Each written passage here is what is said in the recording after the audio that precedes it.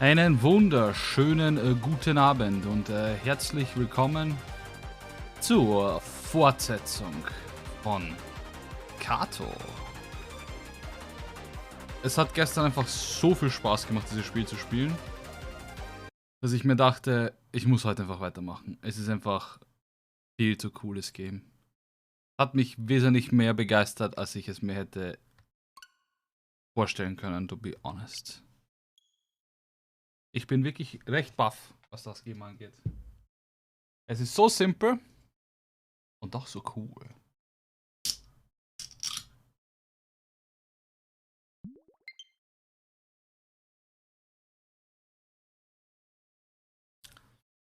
So. Schauen wir mal. Schauen wir mal, was uns jetzt erwartet. Schauen wir mal, was jetzt als nächstes kommt.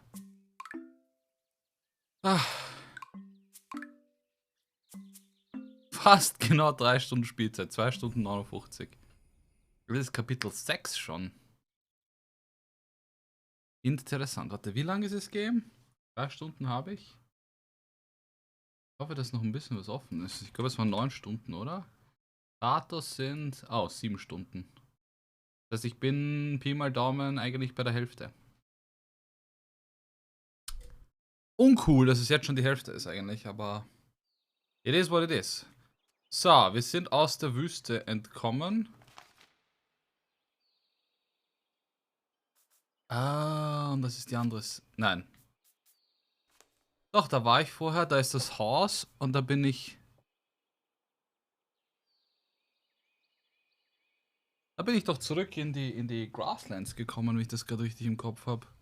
Wenn ich gerade komplett deppert bin. Da drüben ist ein Schiff, das heißt, da wahrscheinlich wartet da die. Ist eine Freundin da auf mich, oder? Sie wartet nicht, ich bin alleine hier. Okay, na dann. Dann gehen wir aufs Schiff. Shannon's boat, she must be nearby. Okay, never mind. Sie ist einfach nur in der Nähe, wo ich sie aber nicht sehe.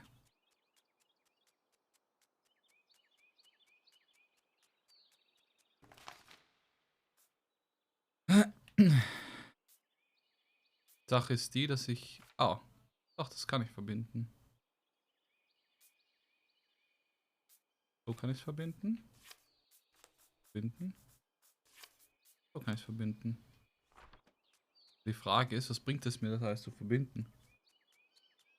Kann ich hier reingehen? There's no reason to head back into the forest yet. Es wird einen Grund geben, weswegen man in die Forest geht. Trail to Grassland. Okay, das Game lässt mich auch nicht zu den Grasslands gehen. Das Einzige, was mir jetzt noch übrig bleibt, ist zur Hütte zu gehen. Erstmal um die Hütte herum umsehen. Aber wir gehen einfach rein. Ah, na schau. Ah. Wie sie sich freut. Süß. Carto. Oh, das ist wirklich süß. I was so worried when you didn't show up at our meeting spot, but it sounds like you've been busy. The story tender told me you dropped by here on your way to the desert. Did you find any clues about your granny there? I don't know. Oh, I'm sorry. I'm sure it's just a matter of time. I bet she's looking just as hard for you. You felt the ground shaking too? I thought it was just my lunch disagreeing with me, until some books fell off the shelf. The volcano must be acting up again. The eruptions are quite a sight to behold. The sky darkens with thick black smoke and orange embers drift through it like snowflakes. That smoke might make the sky harder for your granny to navigate, Carto. I wonder if you can warn her somehow. I bet it's worth a try. Hello. Great. I bet we can find some clues in the volcano wing. I'll meet you there. Okay, es gibt einen neuen Wing. Such impatience. I'm sad to say the volcano wing has been missing for some time. The chalet can be a bit unpredictable. Sometimes the rooms are where you expect, and sometimes they go missing. If only I could visit the top floor again someday. Ah, please ignore me. Just the wistful yearning of an old man. Anyway, I can't be of much help in locating the volcano wing, but I can usually find what I'm looking for if I read enough books. No better place to start. Ich habe vergessen, welche Stimme ich ihm gestern gegeben habe. Es wird einfach neu geschaffelt, neu rouletiert, welche Stimme, wer welche Stimme kriegt und fertig aus. Hallo Alex. Schönen guten Abend, Alex. Wie geht's dir, Alex? Und damit ich es nochmal sage, zum 4. Mal, Alex. The little cartographer had some up dry looking for her granny in the desert. But she had other burning issues to deal with. How could she warn her granny about the volcano that was about to erupt? And before that, she had to figure out how to get there. Du möchtest nach oben. Problematik ist, es ist schwer nach oben zu bauen. Außer es steht noch Horror of a Story Chalet. That chalet is cursed, I tell you. While exploring its labyrinth halls, I came across a floor sign bearing no number, but an ominous question mark instead. I ran to the stairwell in a panic, only to discover that the floors above and below it were equally unmarked. I saw rooms I'd never seen before on these unknown floors, and fled in terror from the shock. I will never return to that unholy place. Interessant. Warum komme ich hier nicht hoch?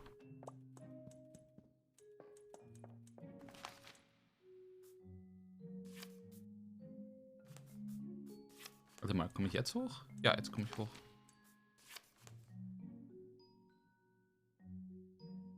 Ach so, weil die Türen, ich verstehe, weil es geht. Jetzt kapiere ich, wofür diese Striche da hinten sind. Die zeigen an, wohin es führen muss. Wenn hier, da hier links keine Tür ist, kann man auch hier nicht hinkommen. Wir gehen hier hoch und haben jetzt da drüben noch ein Buch zum Lesen. Na, schau's dir an. The Water Seekers. The Water Seekers were highly revered in their tribe, being responsible for the survival of their people.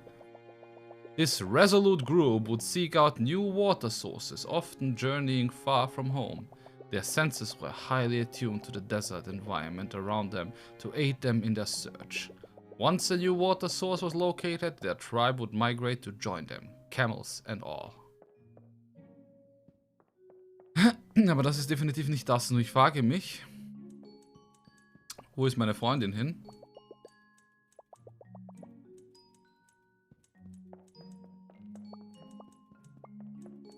Muss irgendwas damit zu tun haben. Oder?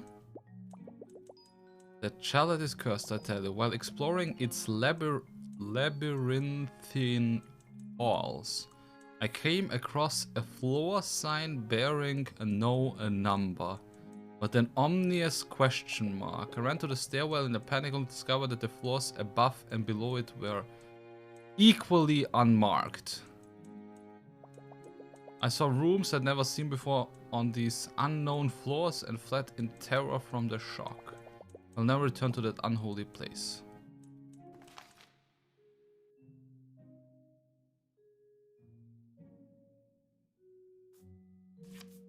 Haben wir heute bei Maldi eine echte Kindheitserinnerung gekauft, die da wäre.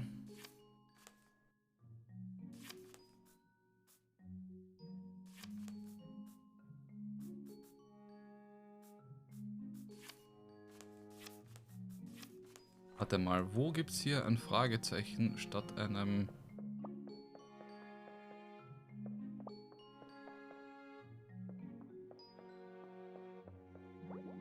Perhaps one of our books can help you locate our missing volcano wing. Above and below, second floor. Third floor.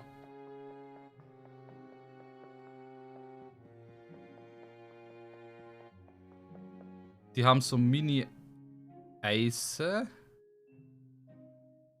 Die haben so Mini-Eise, okay. Die mit Fruchtsorbet überzogen sind. Die gab es vor 20 Jahren immer bei von Oma. Ah, das ist doch schön. Das ist auch Third Floor. Ich bin nirgendwo, wo ein Fragezeichen ist.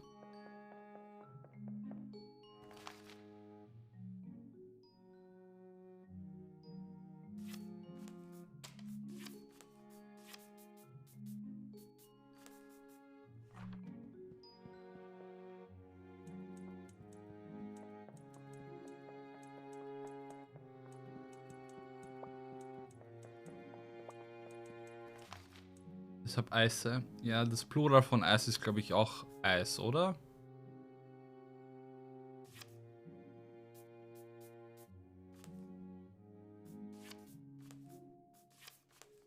Oder?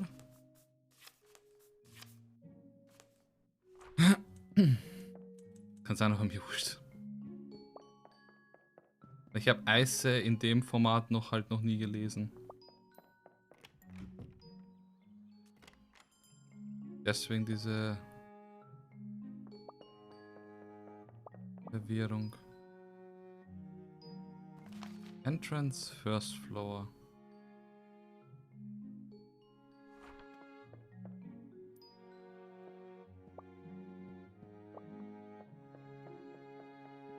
Es hat definitiv was mit dem Buch zu tun.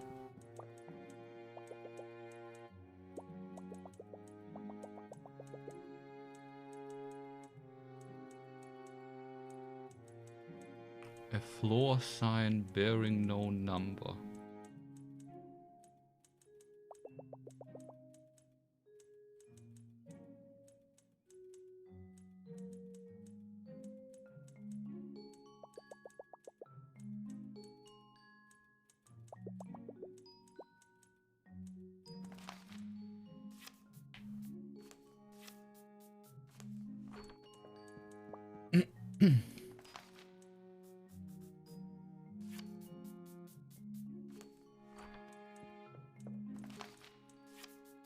Aber sobald ich das hier verbinde, ist Basement 1.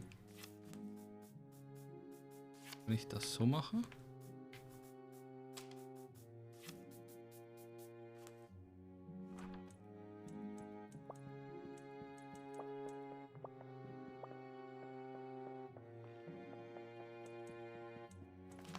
Was ist, wenn ich dich jetzt auch noch da dran hänge?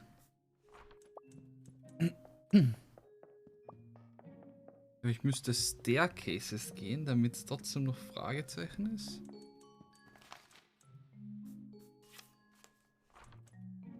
Gehe ich rauf. Dann trenne ich dich. Hier auch. Nein, warum bist du jetzt First Floor?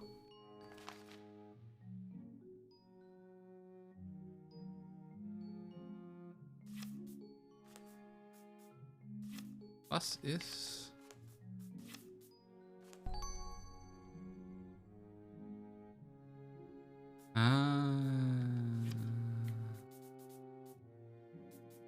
Jetzt passt es, weil... Das hier ist das Bestimmende, weswegen es die Nummerierungen bekommt. I get it.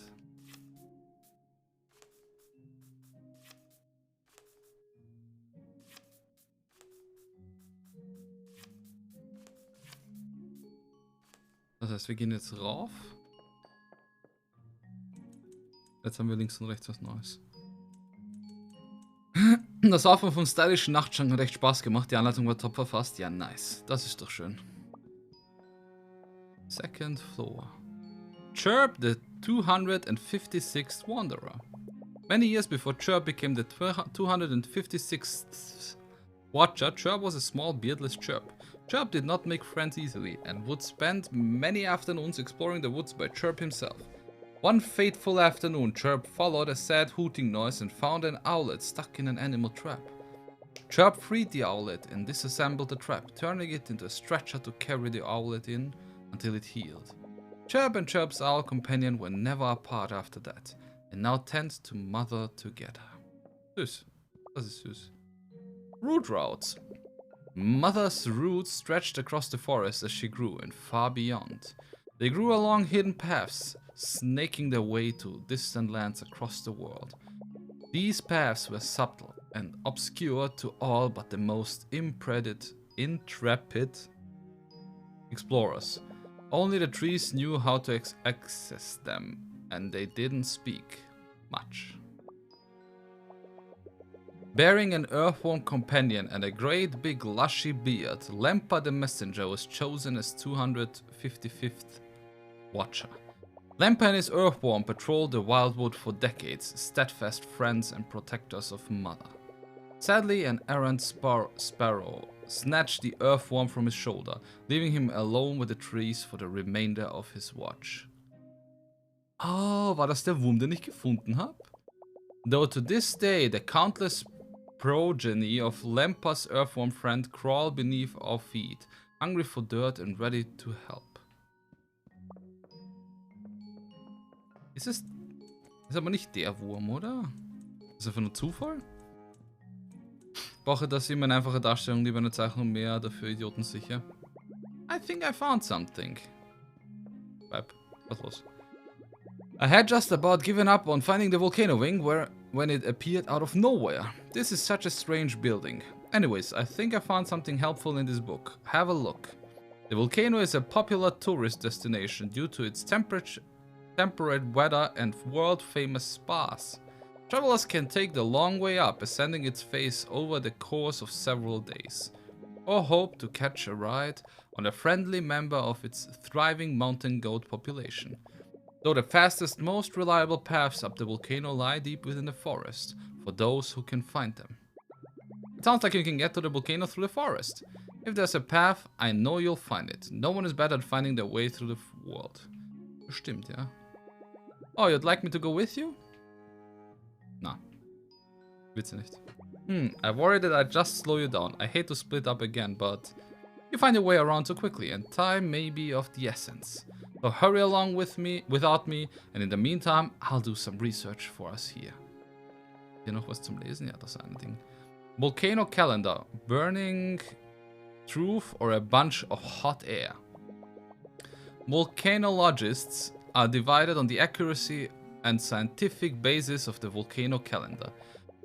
Proponents of the calendar claim that it's been an invaluable planning resource for countless generations, while detractors dismiss it as a bunch of meaningless nonsense carved on a wall by some vagabond. In any case, residents of the volcano always seem to avoid disaster somehow, whether or not they're expecting it.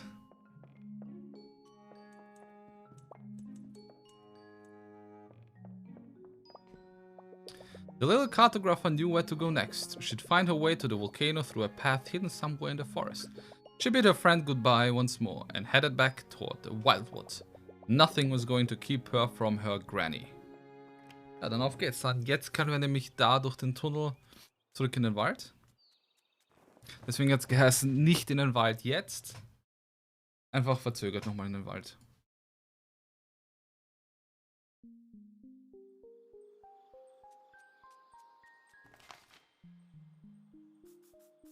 Sag bloß, dass der Baum schon gewachsen ist da. A boon to see you. The finest navigator of these woods I've known. We're in need of your skills. We can't seem to find Chirp, the new watcher. I'm not sure I'll ever get used to saying that. Nip and his vulture are getting a bird's eye view from one of the bigger trees. Maybe they've seen something interesting?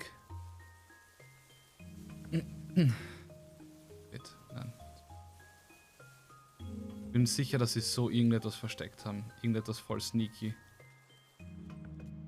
Gehen wir mal zur Baummitte. Ist da und da ist auch seine Eule. Die scheinbar nichts aussagt. A medium-sized tree whose leaves have a strange yet familiar glow. Das heißt, wir suchen jetzt erst einmal... Oh, da ist er.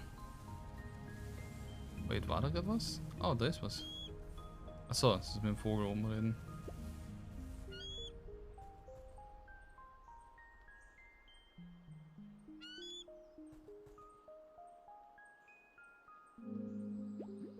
Chirp absent, but vulture see. Northeast, mother. With haste. Northeast.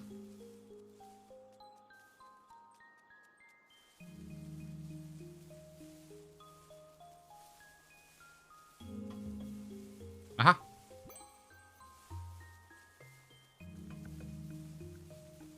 Ich hab doch gesagt, irgendwo haben sie sicher was versteckt, so in den Bäumen.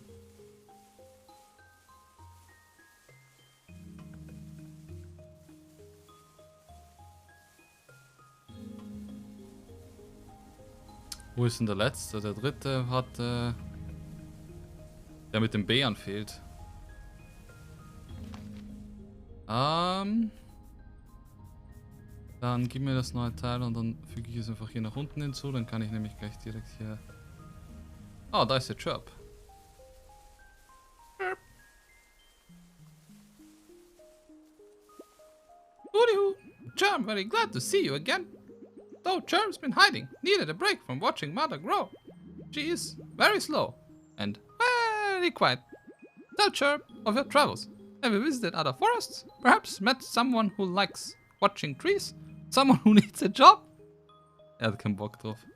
The volcano? Chirp visited once, when he was a sprout. Not sure how to get there, though. Perhaps Chirp can ask the Whitewood. Old Watcher has been teaching Chirp a bit of tree tongue. Rustle, rustle, rustle, rustle, rustle. The Whitewood says something about a bee and a witch. How exciting. Chirp is still learning apparently. They say a tree has an itch. Not sure what it means, but maybe you can scratch it? Chirp will draw you a reminder.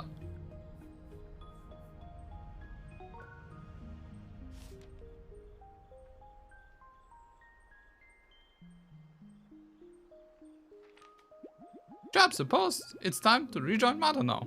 Everyone can stop looking for Chirp. I'll see you there. I'll see you there. Du schaust so aus wie der Baum. The volcano path is elsewhere. Okay, dann ist es nicht der Baum.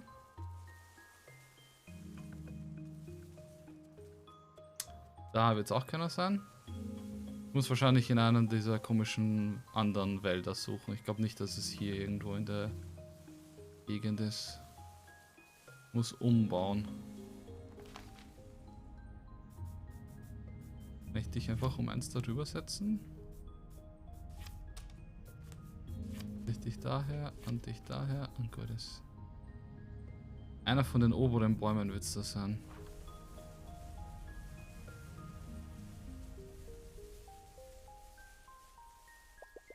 A small hole behind the tree blocked by thick branches. They look like they are scratching? The branches blocking the hole are too heavy to move yourself. Oh, tatsächlich, so schaut der Baum wirklich aus. Ich brauche den Bären. Wo ist der Typ mit den Bären? Darf ich hier irgendwo rein? Volcano Path ist elsewhere. Volcano Path ist elsewhere. Ja, okay, dann ist der Bär nicht hier drinnen. Wo könnte der Bär denn sonst sein? Theoretisch könnte der Bär... Warte mal, kann ich so wenden. Bei dem Lagerfeuer sein oder hier.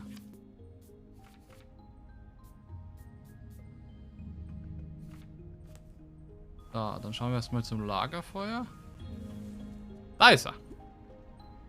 Hello there, my dear girl. Welcome back. The forest hasn't been the same without you.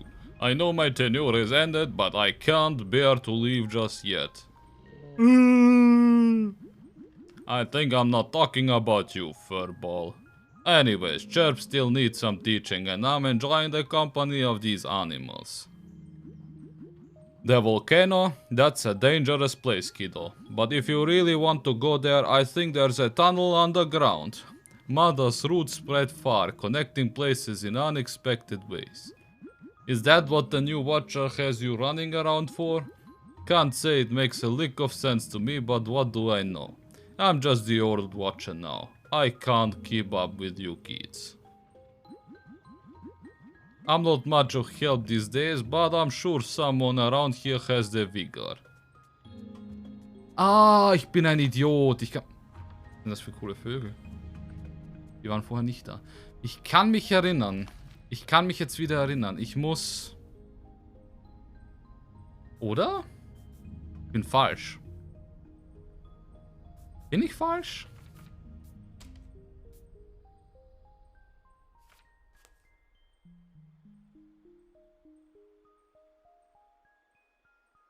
Ich bin falsch, weil hier sind keine Hütten. Ich habe mir eingebildet, es gab ja diese Axt.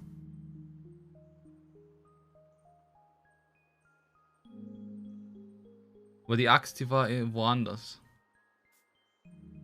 Oh wow, wenn man zu lange hier verbringt, dann... Oder? Liegt es daran, weil ich zu lange hier auf der Map war, dass das angefangen hat zu vibrieren? Verbinde mal die ganzen Straßen hier irgendwie.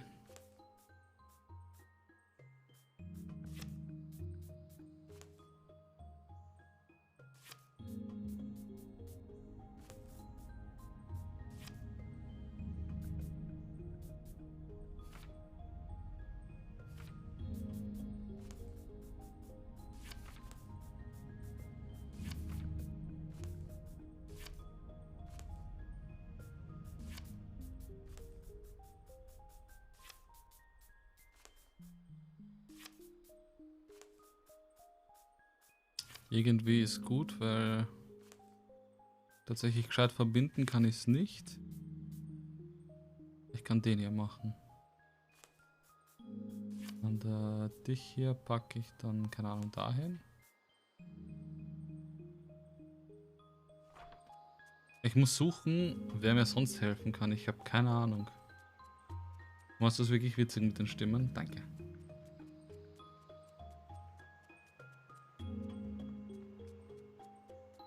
Das mit den Vögeln kommt mir komisch vor. Kann mich erinnern, hier war doch diese eine... Achso, das war Chirp, den ich hier in der Mitte getroffen habe damals.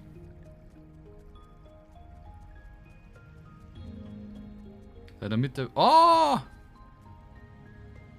Dich suche ich! Das andere war tatsächlich der alte Watcher, deswegen... Ah, that drawing tells me that you must have found Chirp. I'd help you look for tree, but I'm still gathering water.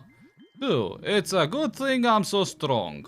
Though my bear friend is even stronger, but don't tell him I told you that. He'll never let me live it down. If you need any strong fellas, Bear and I are your guys. I'm a bit busy with this water. But he's having lunch with the old watcher near campfire. Okay, da muss ich einfach nur mit dem Bären reden und dann habe ich schon... Chirp. Mit B. Genau so, nur mit B.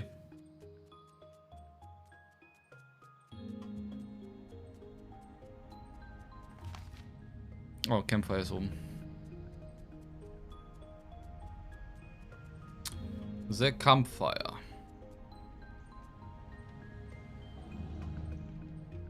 Na schau. Ei, der machst du putt. Sehr gut. Dankeschön, Bärlibär. Ah, jetzt bin ich hier wieder underground. Ah, das ist der letzte Part, der mir immer gefehlt hat, wo ich mich gewundert habe, wofür das Zeug ist. Ah, da wäre ich sowieso nie hingekommen. Ich verstehe.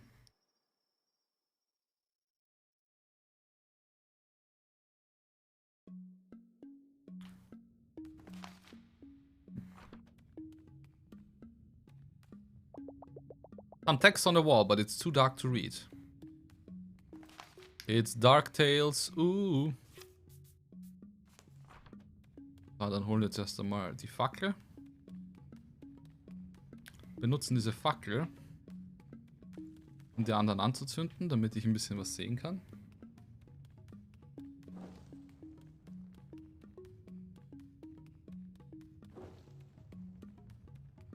So, jetzt kann ich überlesen. 1, 2, 3, 4, 5. The mountain is alive. Ah, ich verstehe.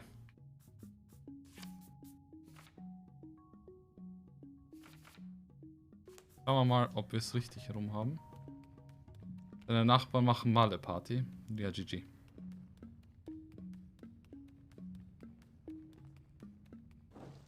Zack. Zack. Zack. Zack. So. Wie viele sind es? 2, 4. Okay, das ist der falsche. Das heißt, ich muss das so rum machen.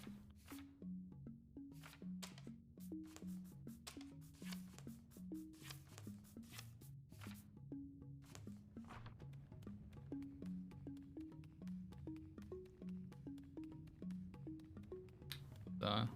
Ja. Wo? Ich habe eine Fackel übersehen. Wahrscheinlich habe ich hier oben eine Fackel. Oh nein, ich muss diese Fackel wieder hinstellen. Ah, ich verstehe. Ah, das ergibt Sinn. Okay, gut. Dann gehen wir zum letzten, weil das ist 4. Zum Ende und weil es wird hier sicher am Ende was auftauchen. So. Dann tauschen wir euch beide mal aus. Zack. Perfekt. Dann haben wir die 5. Und auf in den Vulkan. Geronimo!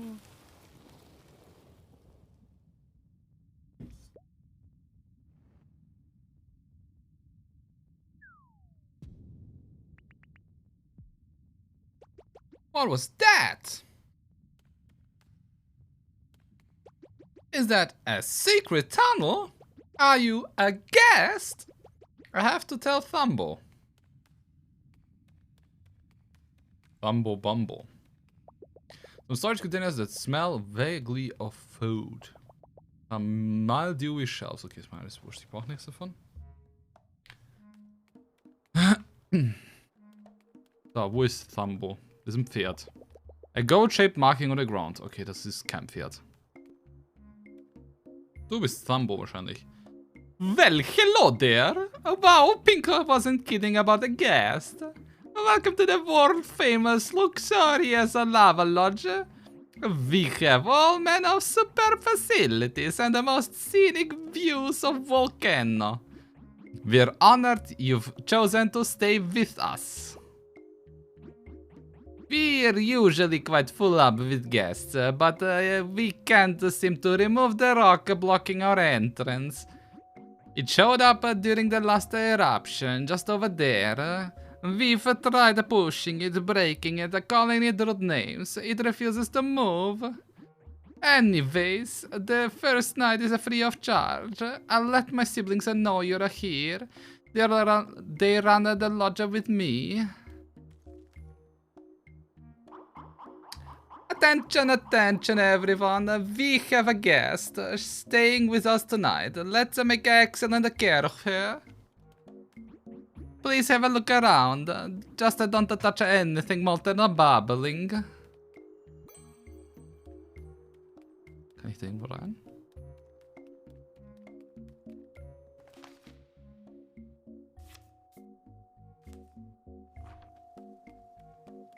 Da ist das Mädel von vorhin und da ist ein Pfeil, der nach oben zeigt. Okay. Good day, ma'am. Please forgive my rudeness earlier. We just usually don't have a guest, arriving from our storage room, that is. But we're very happy to have you. If you need anything, my name is Pinko. I'm the youngest of the Palmer family. My siblings and I will make sure your stay is relaxing and comfortable. We'll also make sure that it contains an absolute minimum of lava-related injuries. May I give you a tour of our grounds? We're currently in our ground lobby, as you can see, and just below us we'll find a world-famous lava fountain. It's just like a chocolate fountain, except instead of chocolate, it's full of deadly, face-melting lava. Please don't eat it. Danke. To dining hall and kitchen. And don't forget to sample our glorious lava fountain before you move on. Ach so, das ist zum Teleportieren nach oben. Ah, ich verstehe. Strong electromagnetic field underground. Please avoid use of delicate instruments. Ich werde später definitiv delicate instruments brauchen. Ah, ich muss basteln. Ah, ich kann nicht warum kann ich nicht basteln? Das meinten sie mit delicate instruments nicht benutzen. Ah. Ist wieder ein Schädel rasiert? Nein, warum? The lava fountain is just at the ladder beneath our very feet. I'll meet you there. War unten, kann nichts machen.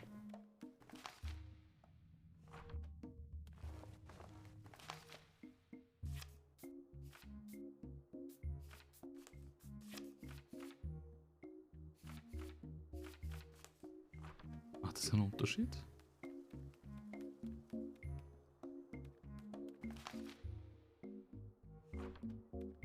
Da ist ein Sonnensymbol irgendwo, aber was bringt das? Advisor broadcast everyone in the volcano.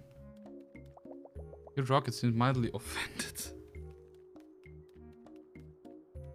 Ah, jetzt kann ich von der Seite hier runtergehen. Ich verstehe. Das heißt, ich muss es hinkriegen, dass ich in der Mitte runtergehe. Das heißt, ich muss... Das ist, wenn ich dich hier einfach weg tue und dann so. Bin ich hier? Oder bin ich hier?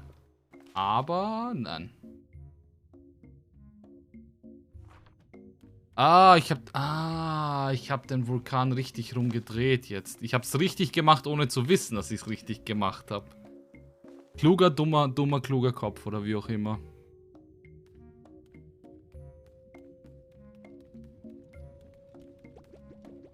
Spectacular, isn't it? The guests travel from all over to behold our lava fountain. Some of them throw coins in and make a wish, but they just usually end up wishing they hadn't stood so closer to the fountain. Please watch your step. Oh, sure, we have eruptions sometimes. It's an active volcano, after all. But there's no need for concern, ma'am. We follow our volcano calendar very closely. We always take necessary precautions, and we're not due for an eruption anytime soon. Now that we all feel safe, let's continue the tour. I'm going to run ahead to make sure our Giza elevator is working. We weren't expecting a guest so soon. I'll meet you back in the grand lobby and we'll head to the kitchen. Next, yum.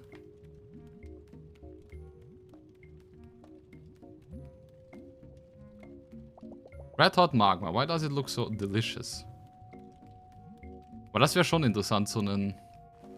Interessant, aber saugefährlich, so einen wobbly Fountain mit Lava zu sehen. Keep your arms by your side and simply step onto the elevator. Just like that. With that minimum scalding, I assure you. Puff. Okay, das ist ein sehr cooler Aufzug. Warte mal. Vögel. Was ist das? Alle Vöglein sind schon da. Now entering Bird Canyon, and if you're lucky, you'll be able to witness our birds migrating. Okay, da steht das selber. Okay, sie ist plötzlich nicht da, das heißt, ich muss basteln. Ich bin hier drüben, okay. Dann basteln wir mal hier. Und da drüben ist wieder so eine Ziege. Das heißt, die Ziegendinger werden wir wahrscheinlich zusammen basteln müssen, damit irgendwas passiert. A huge steamy vent. Smells like cooking. Okay, ich muss hier runter. A goat-shaped marking on the ground, huh? So.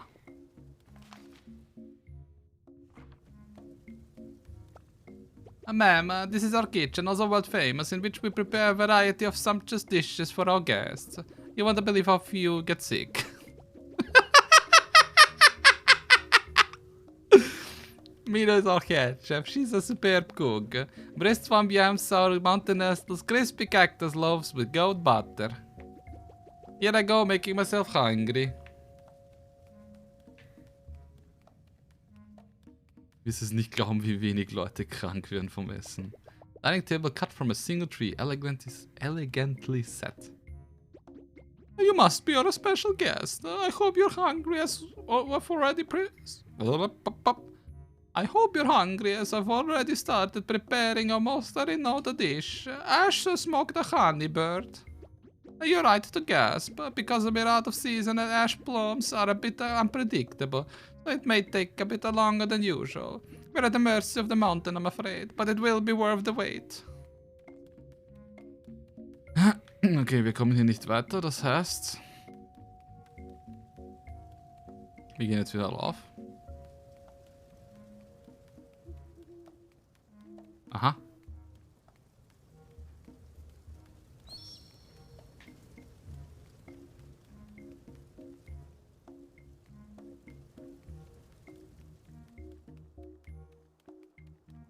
Wir können noch weiter hochgehen, aber... Was ist, wenn ich das Ding... Achso, ich kann ja jetzt nicht. Warte mal. Er fliegt jetzt hier nach unten. Ja. Halt.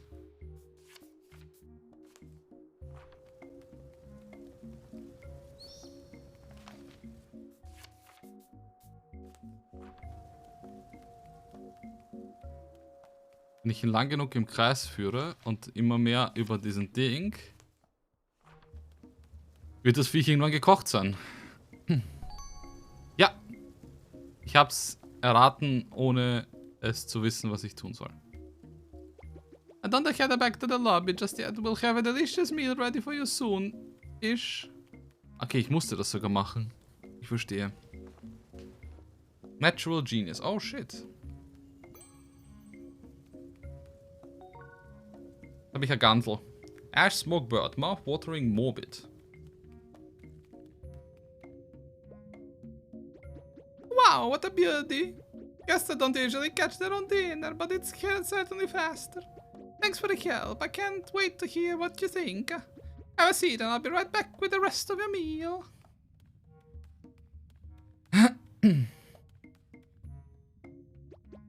Thanks to the mountain for this bounty. Let's dig in. I bet I can eat more bird than you. Ready? Go.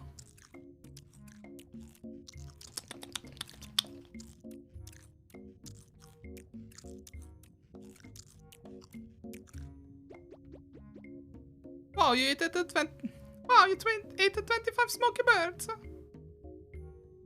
Das war's? Okay. Brr. I think that was her best bird yet. We can continue the tour shortly. I just need a moment to digest. I'll meet you at the guest rooms. Die Guest Rooms sind... Ah, ich muss oben zum Bauen, stimmt. Man kann nicht unten bauen, man kann nur oben bauen, damit unten nichts passiert. Deswegen stand auch das da, dass man... Ah...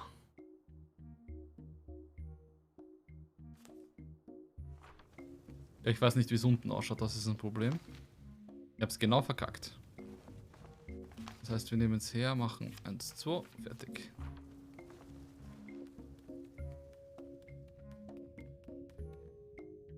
Was? Ja, ein Trottel. Ah, ich habe nicht nachgedacht, ich habe nicht nachgeschaut. Das war wieder komplett braindead von mir. 1, 2, zack, jetzt haben wir's.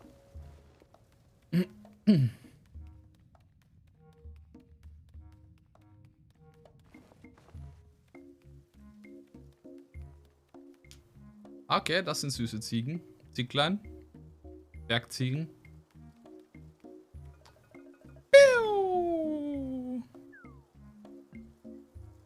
Wo bin ich jetzt?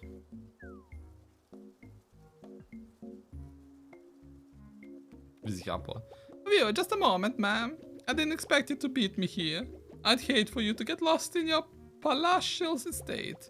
Anyway, welcome to our quarters. We put you in the master suite, conveniently located directly above the hot spring, world famous, both. My brothers Indo and Ringo are waiting nearby to assist you.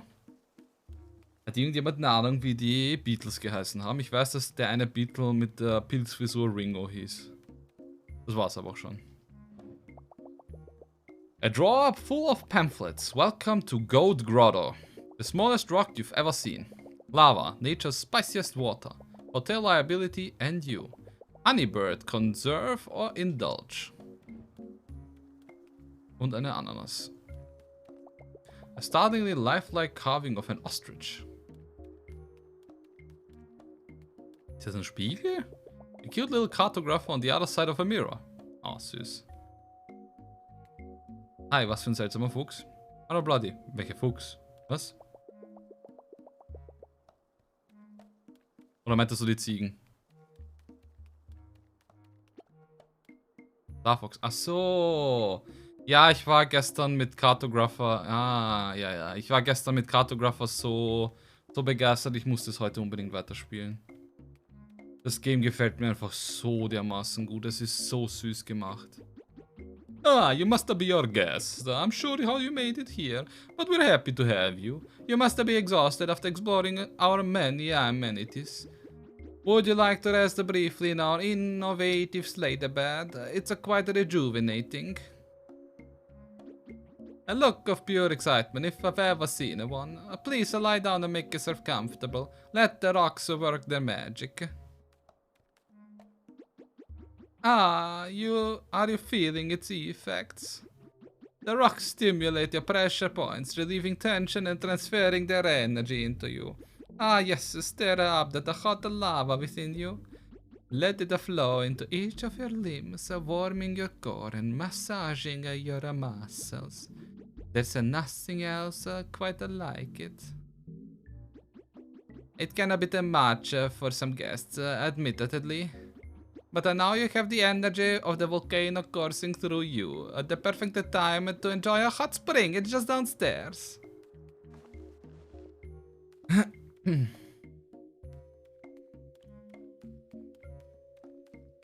Aha. Karte. Da kommen wir nicht weiter und da drüben gibt es auch nichts. Okay, gut. Das heißt, wir reden erstmal mit dir. I apologize, madam, but our hot spring is currently neither hot nor a spring.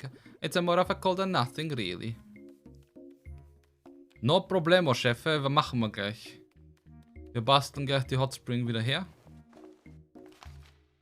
Die Chance ist sehr hoch, dass ich es verkacken werde. Wir drehen es zweimal. Können wir nicht. Da müssen wir es. Richtig? Fuck! Jetzt nicht drehen sollen.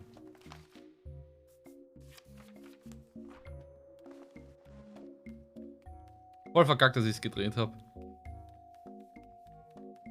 So. Was ist das? Nix, okay. Gehen wir hier hoch. Wie bist du hierher gekommen? Ancient symbol hewn in the rock. Noch eine Karte.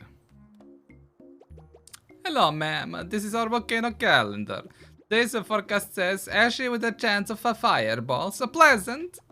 I don't miss our hot spring. It's my favorite part of the lodge. We'll wrap up the tour once you're all warmed up. Das heißt, ich muss das Ding jetzt da daneben hinbauen. Und diesmal kann ich es nicht falsch hinbauen. Das heißt, jetzt habe ich es richtig und kann direkt runter. WB. Gibt es eigentlich ein Ziel, das... Oder ist es Roadtrip-mäßig? Es gibt ein Ziel, dass ich wieder meine Oma finde. Ich bin ja am Anfang vom Game, bin ich aus dem Luftschiff rausgeflogen und hier in diese Lande gekommen und ich bastel meinen Weg. Es ist ein Roadtrip, ein Adventure, in dem ich Sachen halt erlebe, aber mein Hauptziel ist es eigentlich, Hinweise zu finden, wie ich zu meiner Oma komme. Gerade jetzt ist mein Ziel, dass ich meine Oma davor warne, dass ein Vulkan kurz vorm Ausbruch ist, damit sie im Himmel keine Probleme deswegen kriegt. Weil die Oma ist immer noch auf diesem Luftschiff. Blöde Carto hat das Wohnzimmer geflutet. Was steht hier? Beware of whirlpool. Apologies if you've seen this sign too late. We should probably move the sign. It looks like the water spout is clogged up there. We should be way more relaxed by now. Locked. Ach so, ich muss nach oben. Aber wie komme ich darüber? Ich komme hier darüber. Okay, passt.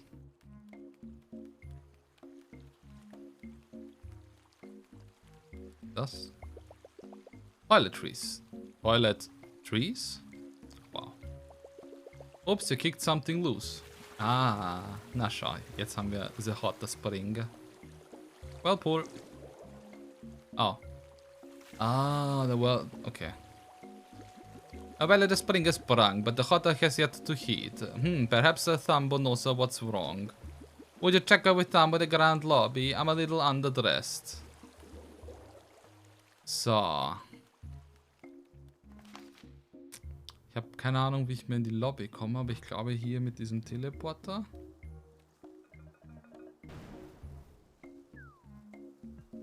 Komme ich da zu den Ziegen rüber, damit ich hier runtergehen kann, damit ich da rauf, nach links, darauf gehen kann. Und hier müsste irgendwo ein Teleporter sein. Ich habe nur vergessen, wie ich es aufgebaut habe. Da. Hattest du dich auf Star Fox gefreut, oder wie? Ich habe irgendwie das Gefühl gehabt, dass Star Fox niemanden interessiert. Welcome back. I've received a word that the father in Hot Spring isn't very welcoming at the moment.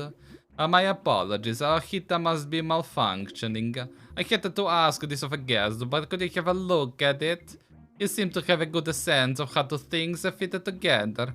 Think of it as a secret extra tour. I'll tell a Pinko you may take a goat and meet you there.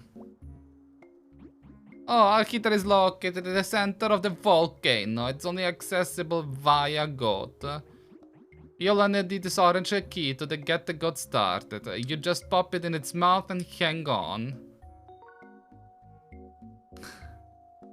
Der Orange Key ist eine fucking Karotte. Aber wenn Star Fox vorangeht, ist es irgendwann vorbei.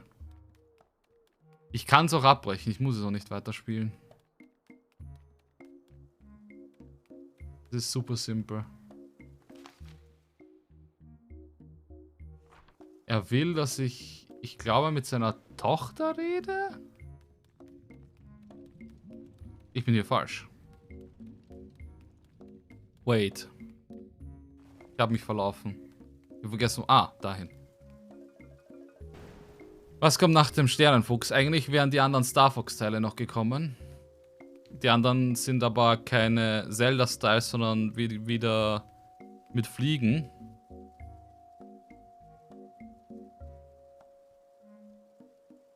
Und danach Paper Mario.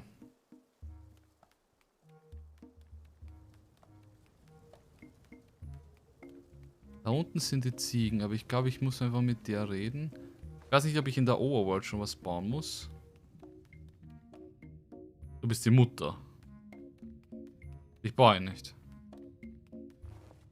Wo zum Fick war denn die Tochter? Echt, ja? Oh, kann ich?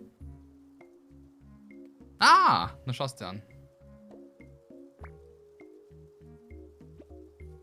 Gefüttert? Ah, oh mein Gott, das ist ja cool. Jetzt habe ich Abkürzungen. Dafür sind die Ziegensymbole. Ah, das sind diese Taxistellen quasi. Das ist ja mal cool gemacht. Ich war schon bereit, diese Ziegenstellen miteinander zu verbinden, dass da irgendwas auftaucht. Thanks for helping out the mom. We're probably risking our lives, but you can't put a price on comfort. Let's get a heater fixed. You should be prepared for anything down there, ma'am. Fire golems, demonic goats, sentient lava. I've seen it all. Anyways, head on down and I'll read you the instructions from up here. Give the rope a tug when you get to the bottom. Ziegentaxi Beste. Are you at the bottom? Okay, listen carefully. First, head to the big wall at the back.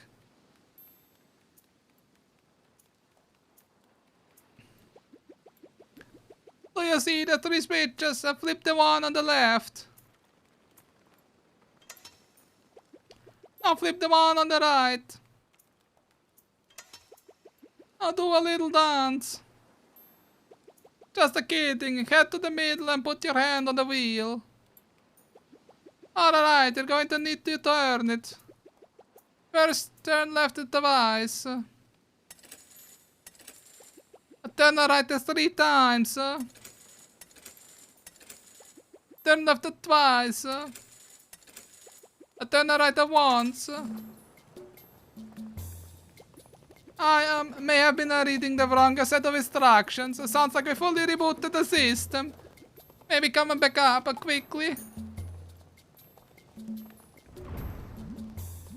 Oh crap.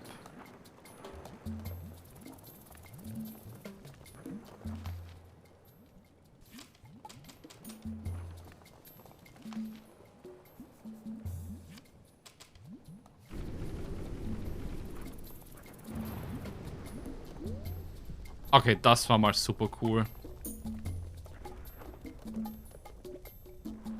Oh. The volcano is going to erupt. We have to get as far as away from it as possible. Warum freuen die sich so sehr? Oh no, we must have read the volcano calendar wrong. That's only ever happened 5 or 10 times before. Soll ich jetzt abhauen? Was soll ich machen? Ich verstehe es nicht.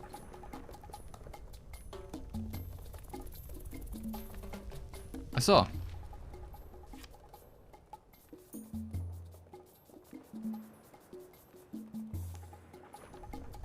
Bringt das was? Ah, ich bin ein Trottel.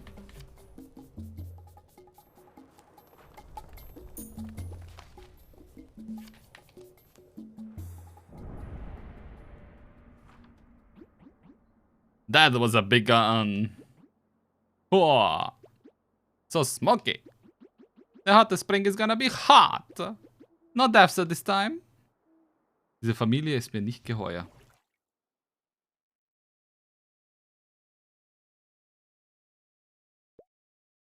Diese Familie ist voller Weirdos.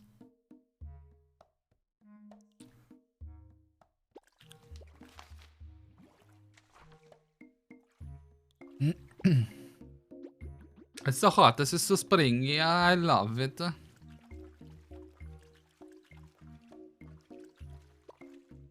So relaxing, the eruption inspired me. Black and the caffeine with a fiery rock candy. Ah, such a bum. I'm a Slayton Batman myself, but I can't deny the allure of the sweetest sulphury spring. Sind zur Hälfte Ziegen. How did you like the tour? Wonderful. Remember to tell your friends how safe it was. Ja, genau. Es war super safe. So, dann kann ich hier auf die Schnelle hochgehen. To our esteemed guests, we've received a package for you. Please pick it up in the grand lobby when you check out. Grand Lobby.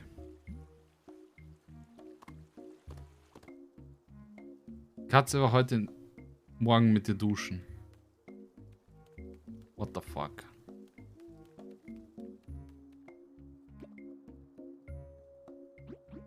This arrived for you. Brief von Oma, ich wusste es. My Carto, did you see that eruption? What a sight. I just barely escaped. The volcano seemed to move at the last moment. How fortunate. Or perhaps you're getting better with your map? You clever girl. I hope you got away safely too. I'm not convinced anyone knows how to read the dang calendar. The smoke is making it a bit hard to navigate and my engine is close to overheating. There's an iceberg at the edge of the world. I'm going to swing by to cool things down and let the skies clear. Meet me there if you can. Love, Granny. Good news, I hope. We have some good news of our own. The rock is gone from our entrance. The eruption must have shaken it loose. I'm sure we'll be swarming with guests in it no time. Hope to see you again, young woman. Tell your friends. Okay, und jetzt? Achso, ich soll mit dem Minecart fahren. Okay, ich verstehe. Are you ready to leave the volcano? Yeah.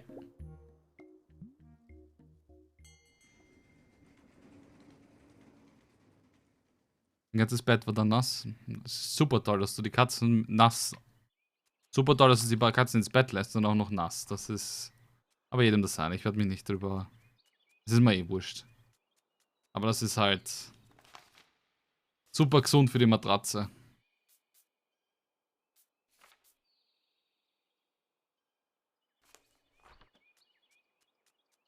Ah, ich muss zur Hütte zurück, damit ich die neuen Geschichten sehe. Ich verstehe. Carto, hi. I'm so glad you're back. I could really use your help. I'm feeling a little homesick. I thought I'd feel better if I could read about my island, maybe even find a way to sail back. But I can't find any books about it. The storyteller said he'd help me, but I think he forgot. I didn't forget, you whippersnapper. I've just been busy cleaning up downstairs. Someone made a proper mess while rifling through our collection. I'm sure she didn't mean it, whomever it was. She was just eager and inconsiderate. Well, if you girls can get things squatted away downstairs, I'll have some more time to help. I'll have some more time. I can look through our files and let you know what I find. Of course, we can do that. Can we do that, Carto? Please? You're so good at arranging things. Hooray! Okay, we're in. Just show us what to do. You know, this all sounds so similar to the book I'm reading right now. No matter. Follow me downstairs.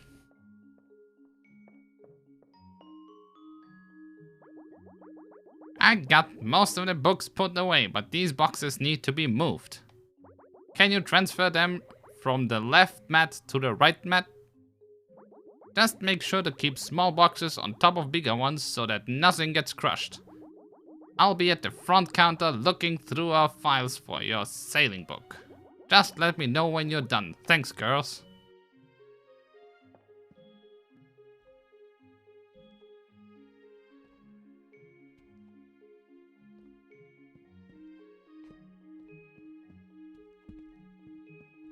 Das war jetzt nicht so super schwer.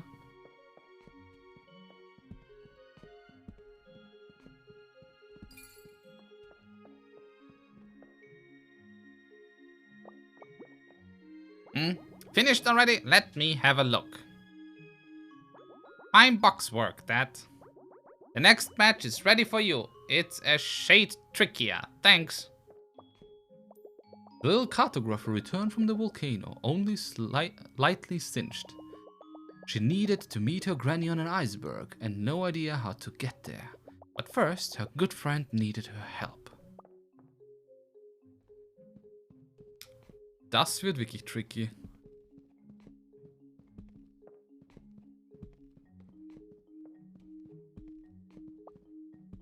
Glaube ich.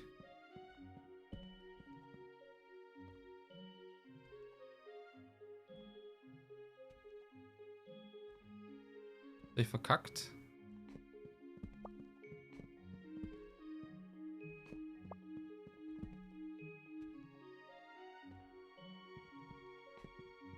Auch dich daher, dich da. Daher. Ich daher. Ich daher. Daher. Ich daher. Daher. Ich daher. Dann. Daher. Daher. Ich daher. Daher. Daher. Daher. Daher. Daher. Gotcha. Another batch done? Let me see. Impressive. I just need your help on one last batch. I'm almost done searching my files for your sailing book.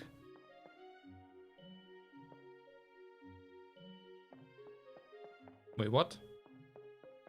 Bin ich in die falsche Richtung gelaufen? Nein, ich bin eh nach unten gelaufen. Ich sehe hier nichts. Du willst mich vor... Achso, sie hat schon erledigt. How are we possibly going to move all these boxes? Oh nein, hat sie... You can't even reach the top. Where do you even start? Hä? Ernsthaft? Oh.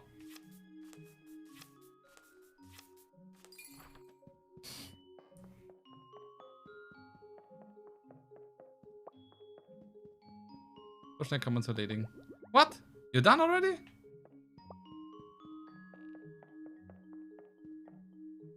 Easy fix, yeah. What? I thought you'd be at it for days. I have to see this for myself. Nice work. Jetzt kann ich. There's so much about the culture of my island here. And some of our traditions happen on other islands too. I always thought it was just us. Holy shit, da gibt's viel zum Lesen.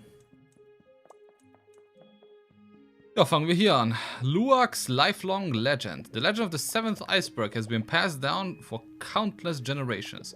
What once was an ancient document lives on only in story, recounted by the archaeologist Luwak to whomever will listen. The story says that the iceberg contains a treasure to improve the lives of all people living at the edge of the world.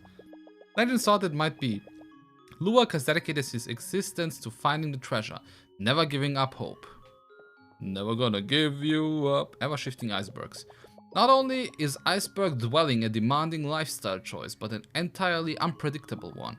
Running into a friend might be the last time you see them for a while, if the icebergs don't drift together again. Residents install supply boxes of essential tools and food. i.e. sea pickles, on every iceberg in case anyone were to get stranded. Ja, Gurkals sind immer eine gute the dirt of luck. Spending their days living within and full of soil, most earthworms are experts on the matter. It is said that if you give soil to a worm, they can point towards its source. Though not all worms are created equal, and some are more accurate than others. Many have been led astray by an over-eager yet unskilled worm. But for those looking for a little help finding their way home, the right worm can be an invaluable companion. Okay, das heißt, ich habe den Wurm, ich brauche nur noch Erde von diesem Iceberg. Wie soll ich Erde von dort kriegen? Look at this. There's a way to navigate the ocean using soil from our destination. Ah, ich habe noch die Erde. Oh, sie hat die Erde in der Tasche noch, weil ich sie ihr in der ersten Episode gegeben habe. Oder zweite Episode oder whatever. I'm glad we grabbed some before we left. Now we just need a worm to sniff it out, Ta-da! Wait, you had a worm on you this whole time? Gross. But also, yay! We have everything we need. I think it's time to sail back.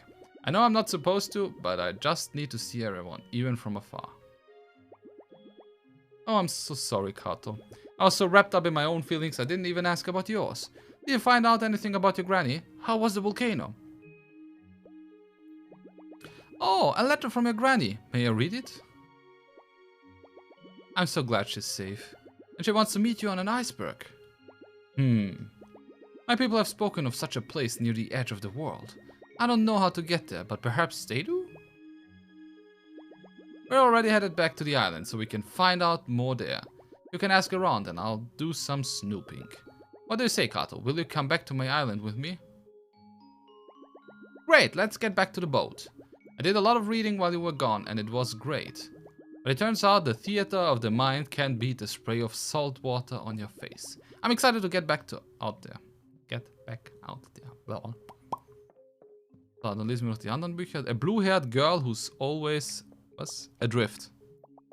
Shortly after her best friend, the little cartographer, left the storyteller, the blue-haired girl's mind started to drift. She imagined her people back on her island, laughing and fishing, and she missed them greatly.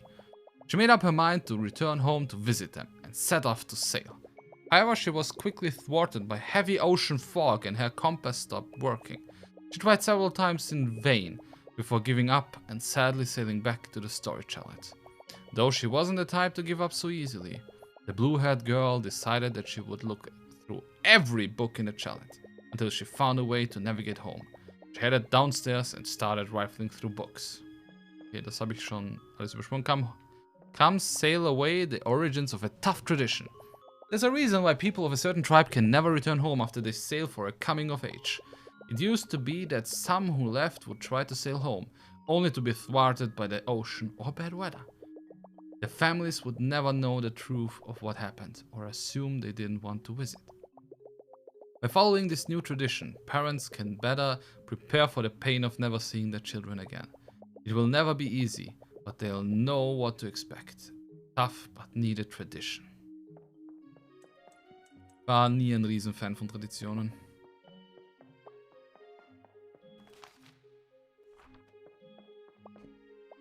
The little cartographer and her friend were set to sail. It returned to the island where they began, with the help of a wriggly companion. And somewhere far beyond that, Granny's iceberg loomed large. Large. Da ist das Boot. Das Boot.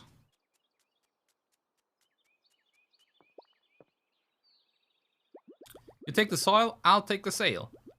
We'll keep a close eye on the warm body. Janet and Carto, back on the high seas. High seas. It's so good to be sailing again.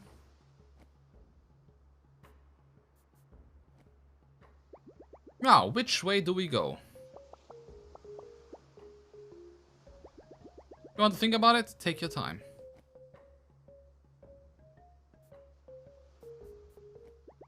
I don't think your map will help us this time. What's the worm up to?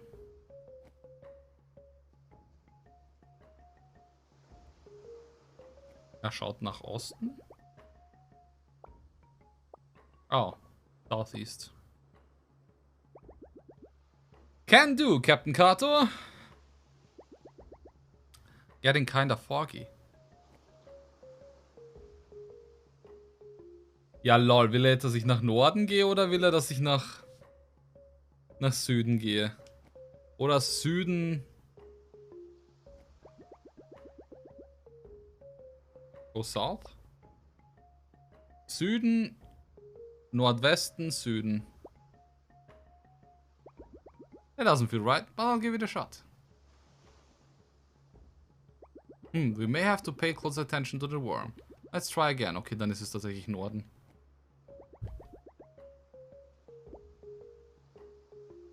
Can do, Captain Carto. Oh.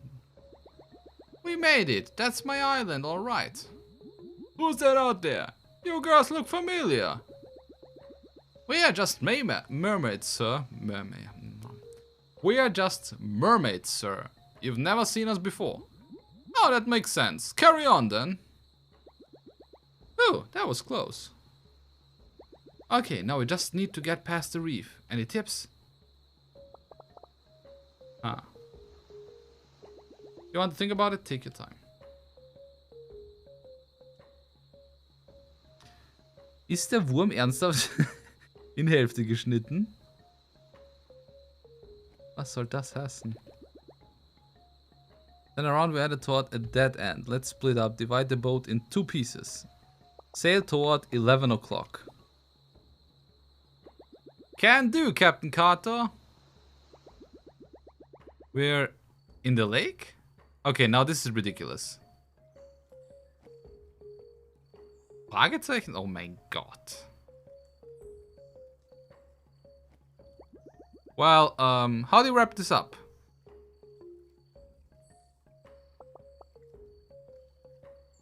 We sail towards 7 o'clock, sail clockwise, then go straight. Something to do with the hook.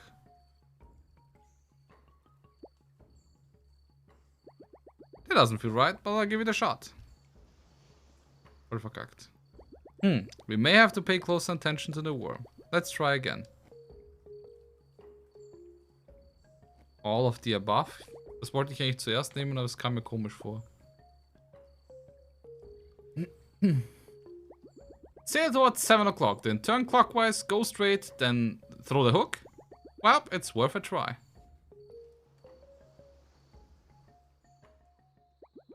I'm not sure how that works, but we made it.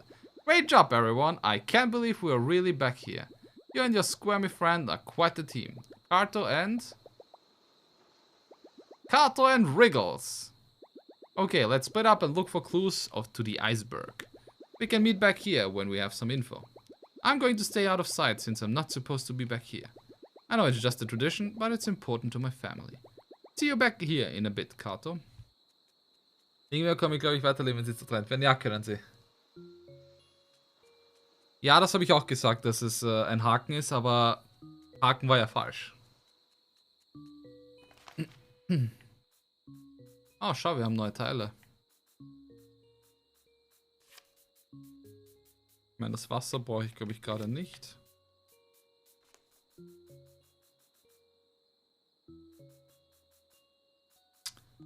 Aber wir haben hier Flüsse. Ich weiß noch nicht, wie ich zu einem Fluss komme. Ah. Da gibt's hin.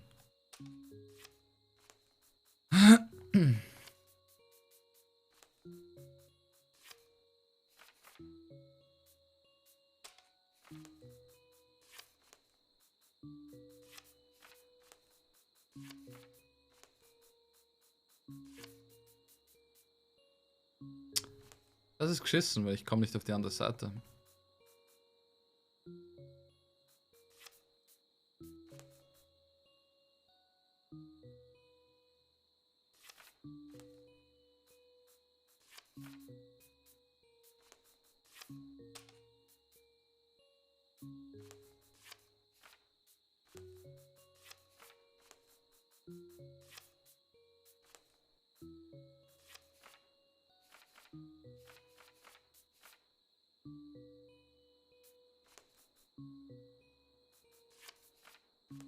Mach ich fürs erste Mal so rum.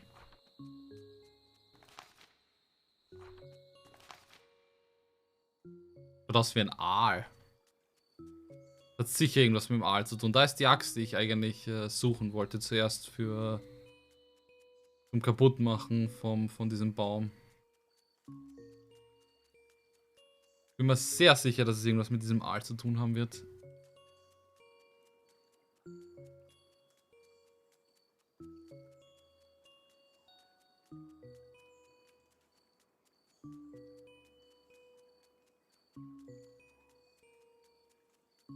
Da war doch vorhin dieser Typ. Also vorhin. Aber das Einzige, was ich nicht weiß, ist, was hier auf der anderen Seite ist. Aber auf die andere Seite, ja. Komme ich nicht so einfach.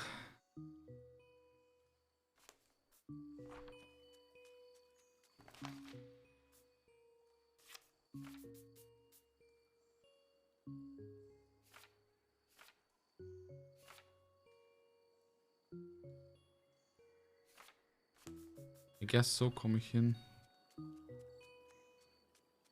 Ich will nur mal schauen, ob hier irgendwelche Teile sind. Aber ich würde schon diese Dinger mal zur Seite nehmen und mal den Aal fertig bauen. Die Frage ist nur, wie soll ich den Aal fertig bauen? Ein Aal hat ja keine Kurven in dem Sinne.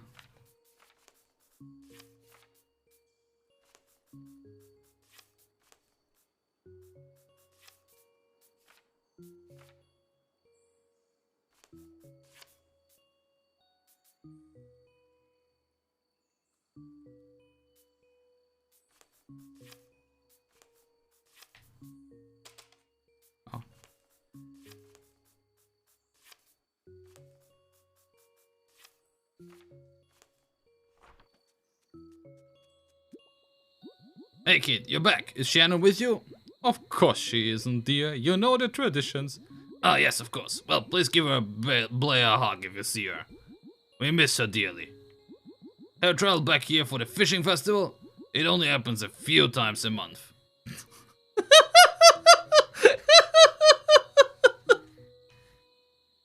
And we have a competition here.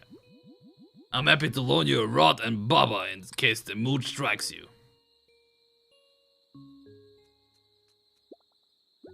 Thank you again for accompanying Shannon. It was so kind of you. I hope she's doing well and feels our love for her, even from afar. We think about her all the time. Did you girls sail the whole archipelago? She's a born adventurer. I knew she'd take to it once she got a taste. She just had to get out of her comfort zone.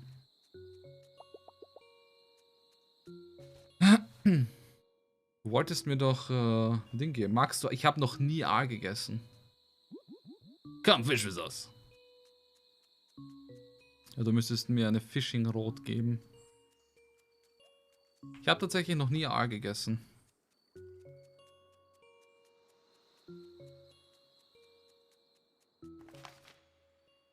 Nicht, weil ich nicht wollte, sondern weil es einfach keine Gelegenheit dazu gab. Simple as that.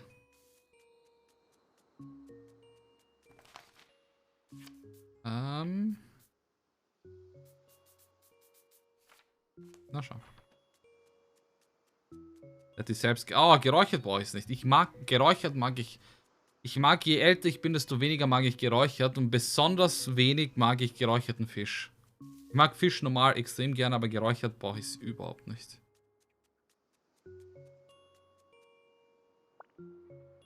Waka, waka, waka, waka. This sandpiper won't stay still. I just want to throw it its cool stick. Ahoy, little one. I hope your travels have treated you well. Yet again, your timing is fortunate, for our fishing festival is upon us. I call it a fishtival, but don't tell my wife. Ugh. Anyways, the fishtival will be held nearby at Big Fish Lock. We'll have a fishing competition. Outsiders are always welcome. They won't let me enter since I'm a fisherman by trade. But that means I get to be the host. What an honor. It's nice to see you again. I was just wondering if you would have any visitors competing this month. My little lady here is growing up so quickly. I'm sure she'll be slinging fish like her father before I know it. Du hast da vielleicht 9?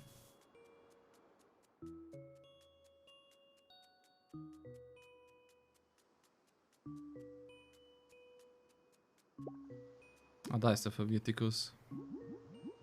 Have we met before? You look very familiar. You remind me of a mermaid I saw recently. Except it had a sailboat for a tail and 2 hats. Very strange. Oh, hello again. I trust the travels have been fruitful. Have you encountered our dearest son, perchance? I suppose chance is with him.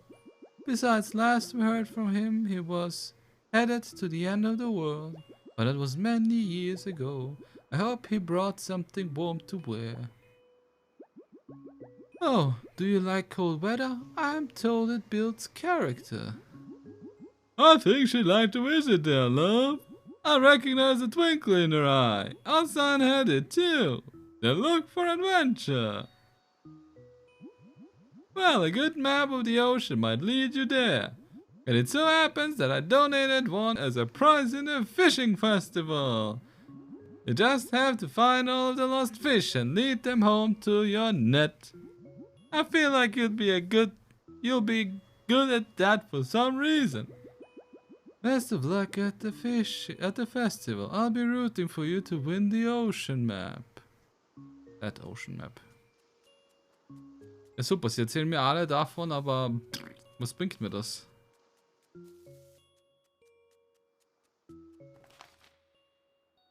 Okay, ich soll dahin.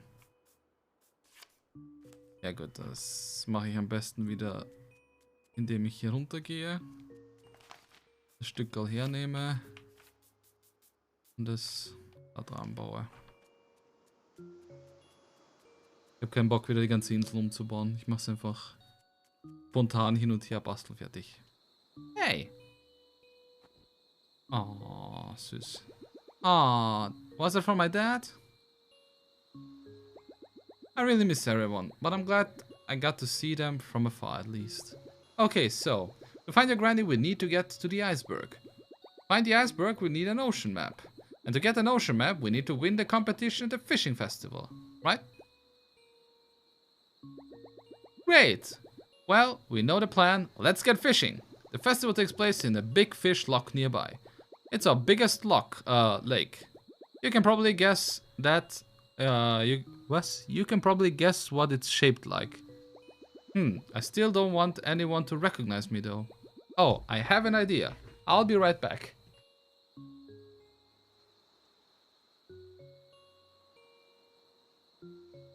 Boah.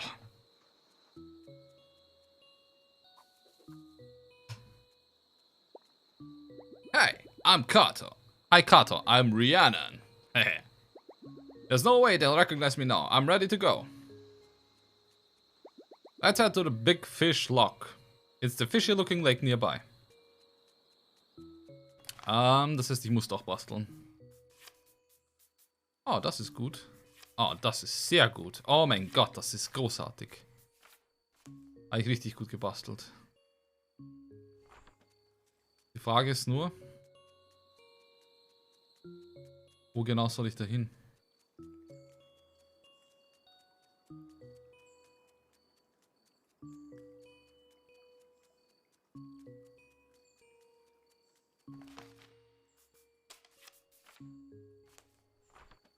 Okay, da ist nix.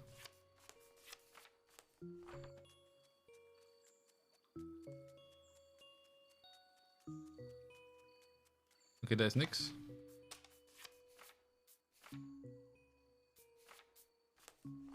Okay, da ist nix.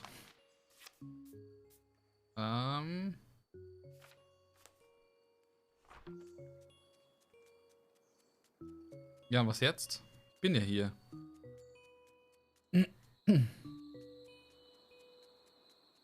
Redet er vielleicht jetzt nochmal mit dem?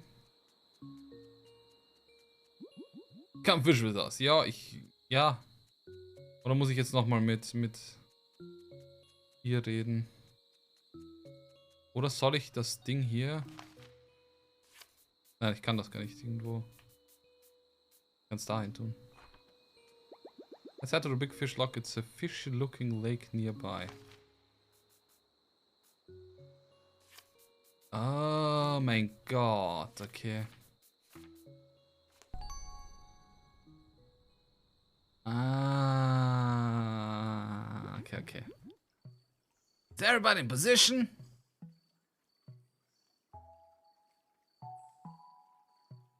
Wieder ein Game, das mich dazu zwingt zu angeln.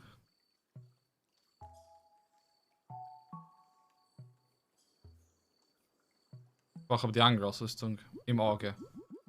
We have 2 outsiders in the competition this time. Very exciting. Best of luck to you, Rhiannon and friend. Once you experience your first competition, you may be hooked.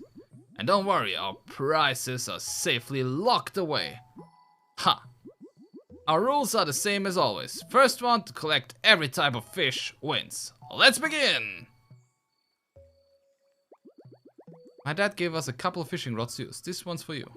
He didn't even notice it was me when he handed them over.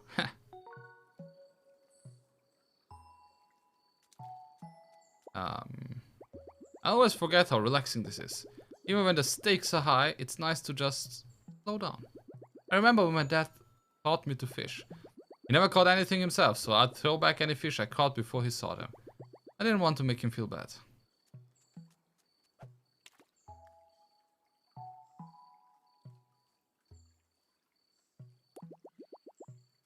No fish biting right now. Oh! Wo ist mein Wurm?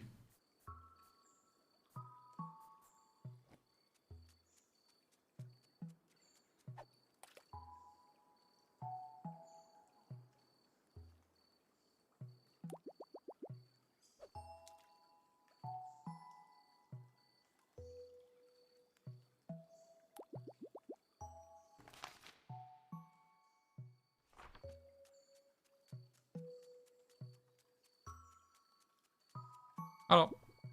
Ahoy, ahoy. Our prizes are just over there. 1 ocean map and 1 gardening lesson from Keelan. Das ist schön. Ich dachte, irgendwer erzählt mir was. Was ist, wenn ich einfach nur im Kreis laufen muss und sie hat dann schon alle Fische gefangen? Also das ist jetzt meine Vermutung. Oder muss ich mit euch allen reden? I'm either the world's greatest fisherman or the worst. No one will tell me which. Only one way to find out.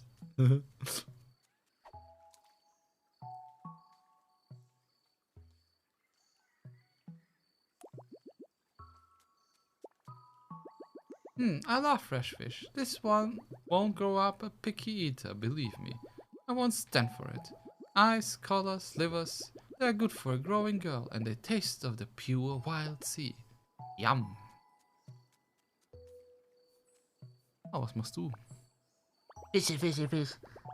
There are 4 types of fish in this lake. I drew them for you. Ah. Oh, ich versteh's.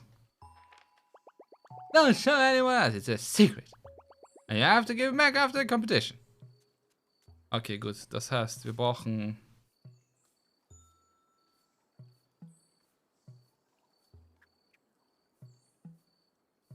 Screenshot!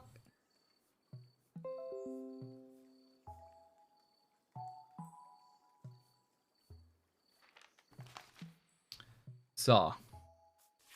Wir nehmen den Kopf her. Dann brauchen wir keinen Körper, sondern... So. Und so. Und so. Und so. Und so.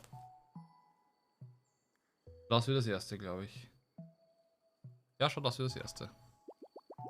The waters are stirring. Perfekt.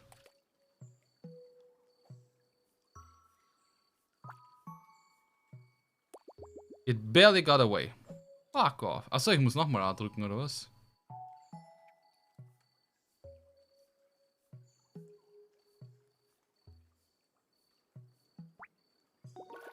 Caught a green glover. Okay, das finde ich wiederum sau cool. Das finde ich honestly echt cool. So, dann muss ich wieder umbauen. Nehme ich dich hier nach unten, die Kurve hier hin. Aber dich muss ich dahin bauen, das heißt, euch zwei muss ich austauschen. Perfekt. The waters are stirring.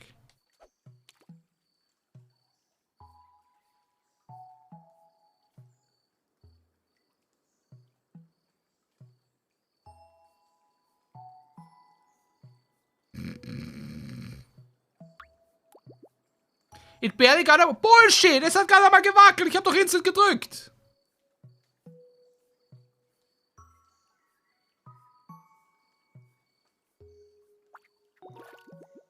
Milkos Gobi. So. Das nächste Viech ist arg weird. Weißt du was, ich baue erst einmal das nach, weil das ist wesentlich einfacher zu nachbauen. Du musst hier nach oben schauen. Die Frage ist, muss ich alle Teile dafür verwenden oder nicht? Also, dich müsste ich auf jeden Fall hier hinnehmen. Oh, ich bin ein Trottel, ich baue jetzt dann doch das andere. Okay. Aber ich gehe stark davon aus, ich muss alle verwenden, aber schauen wir mal. Werden wir gleich erfahren.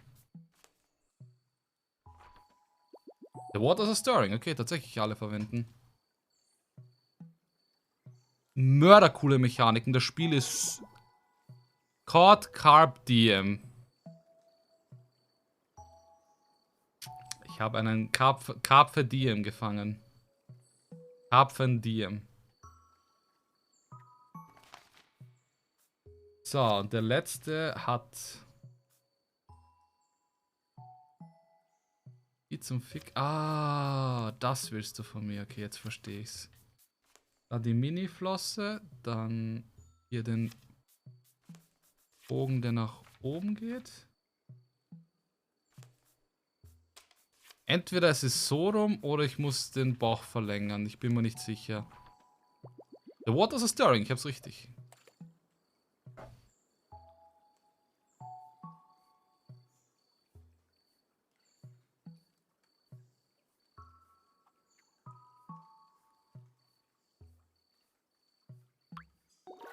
Blue Bandit.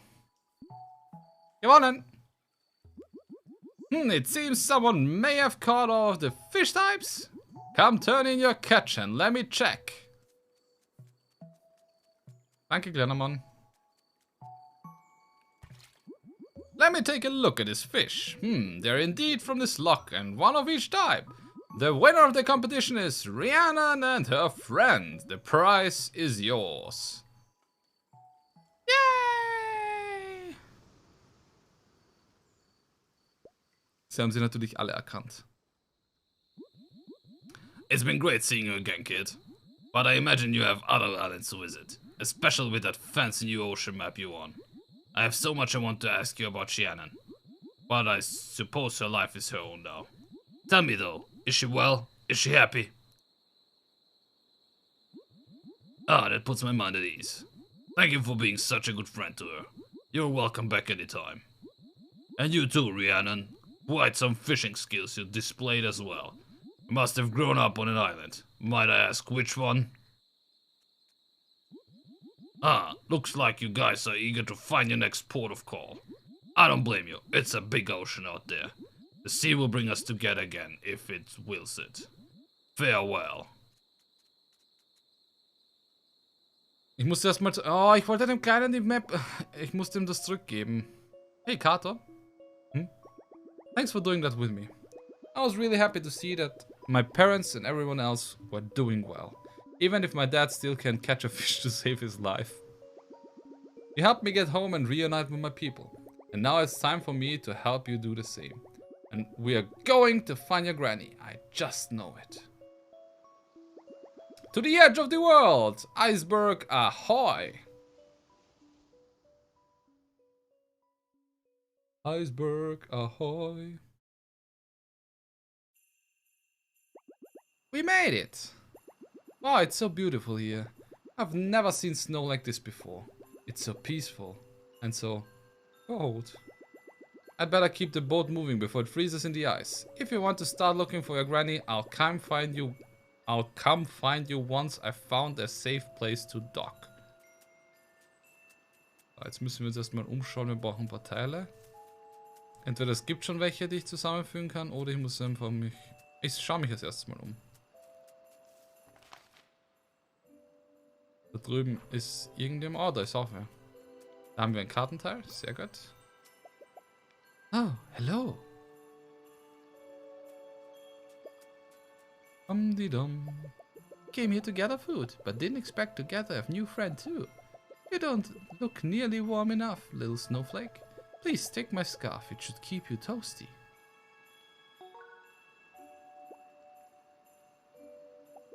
I'm glad you like it. I have plenty more where that came from. We all need to support each other to live in a harsh place like this. You look like you traveled a long way to get here. I hope you find whatever it is you're looking for. Was für eine nette alte Lady. Komm noch nicht drüber. A decaying wooden bridge. It doesn't look safe to cross. Okay. Das heißt, um das Ding zu holen, muss ich die Insel drehen und irgendwie von der anderen Seite zu kommen. Oh, und ich komme auch hier nicht drüber. Oh, oh mein Gott, diesmal ist es Tetris?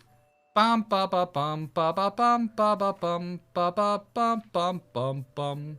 Ba, ba, ba, ba, ba, bam, ba, bam, ba, ba, bam, ba, bam, bam, bam, bam, bam. Das ist so interessant, dass sie diesmal Tetris-Teile haben. Way to spice things up. Ja, das heißt wahrscheinlich, dass ich den so hier machen muss. Warte mal, komme ich jetzt drüber? Nein. Weißt du, was mir gefällt? Ich dachte, das Spiel wäre nach 2 Stunden vorbei, aber sie haben echt viel damit gemacht, beziehungsweise daraus gemacht. Ja, ist richtig. Ich wusste, dass es mehr als 2 Stunden dauert, weil ich habe nachgeschaut, wie lang es ungefähr dauert. Das ist geschissen, wobei es ist wurscht, es ist ganz gut, weil ich kann jetzt irgendwo hier anders... Ich kann hier nämlich andocken. Jetzt komme ich zu dem Alten. Good tidings. It's nice to see a new face, though I'm afraid you've caught me in a bit of a pickle. I seem to have left my backpack behind when I was eating lunch, pickles and all. I was on the other side of the mountains across the bridge, but now I need the tools in my backpack to fix the bridge and, well, you can see the pickle.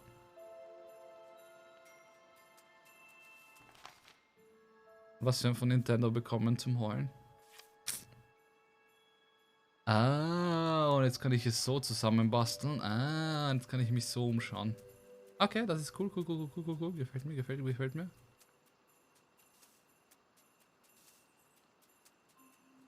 Irgendwas Interessantes hier? Oha. Backpack. Snowy Storage Shack, sealed up soundly. Okay, wir haben sein Backpack, jetzt bringen wir uns ein Backpack.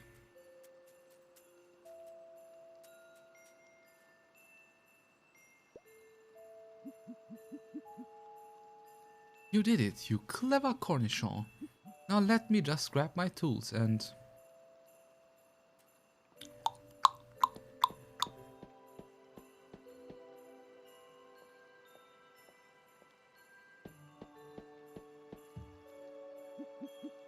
Good as new. Or at least, not so old. Ever since the goats migrated to warmer pastures, we've had a deal of a time getting over the mountains. So these bridges have become our lifelines.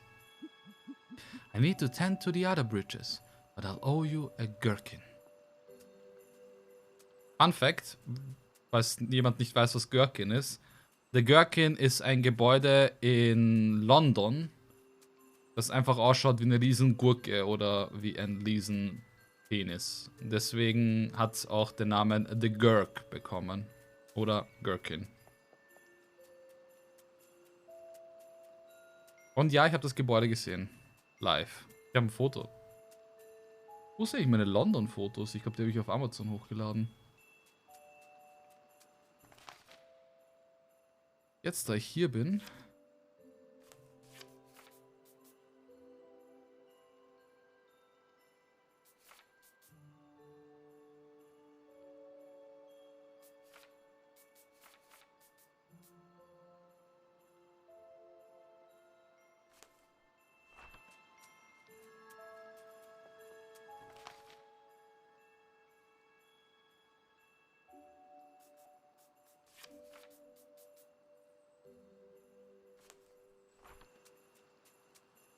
Oh, das ist wesentlich schwieriger mit den Puzzleteilen hier zu hantieren.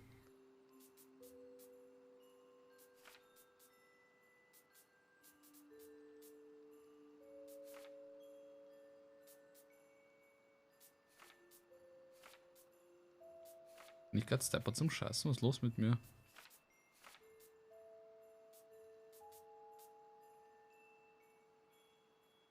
Hä?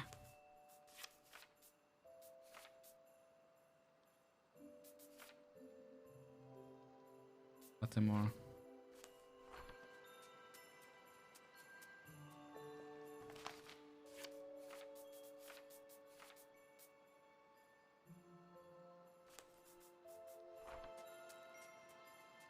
Gibt's hier oben irgendwas? Hier gibt's nichts, okay, gut. So, das hier kann ich nicht machen. Aber das hier kann ich machen. So komme ich zu der Brücke. Ah, da haben wir das Teil. Oh, er hat doch die Brücke schon repariert. Das ist aber nett von ihm. Did you run into Luwak on your way back? He fixed up the bridge and then ran off mumbling something about pickles. So, wir haben ein neues Teil.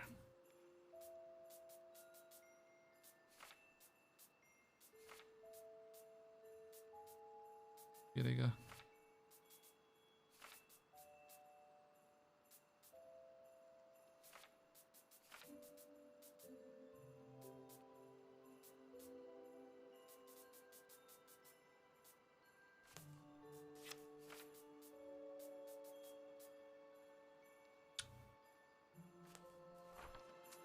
So. Kommen wir zumindest auf die dunkle Seite. Die helle Seite kommt. Oh, da ist jemand. Sehr gut.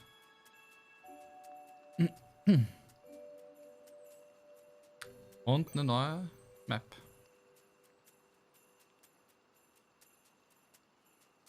So. Oh, hello there. You must be the newcomer.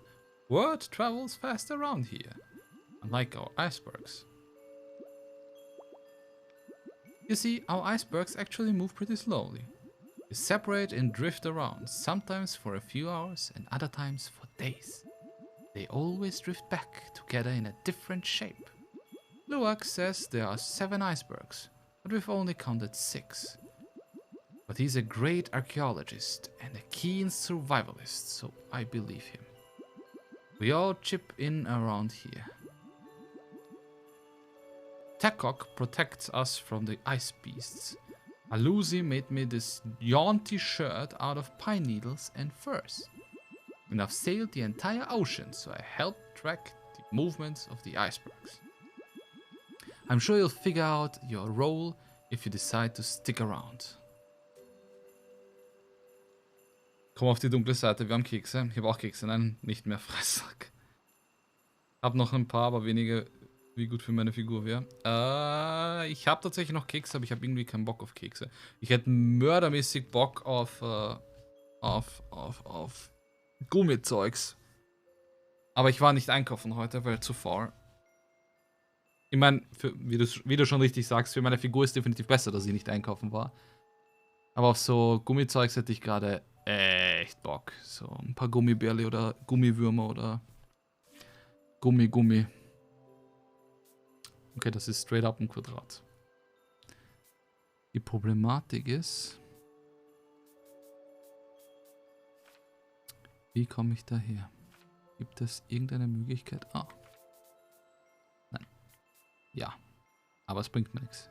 Ich komme da nicht drüber. Ich würde mich nämlich eigentlich am liebsten gerne noch ein bisschen umschauen, nämlich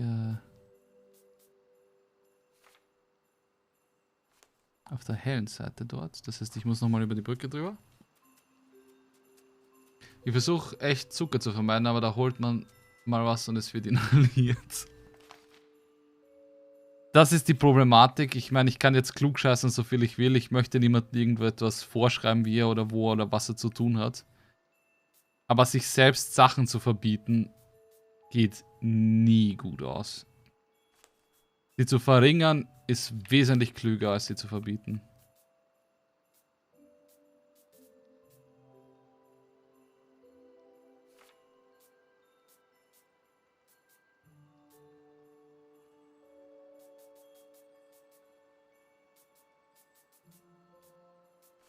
a second. Wenn ich einfach hier jetzt rüber gehe, dann brauche ich nicht so deppert rumzubasteln. Dann kann ich nämlich das Teil einfach hier wegnehmen und hier dran bauen. Nein. Warte mal. Gib her. So. Irgendwie muss das doch baubar sein.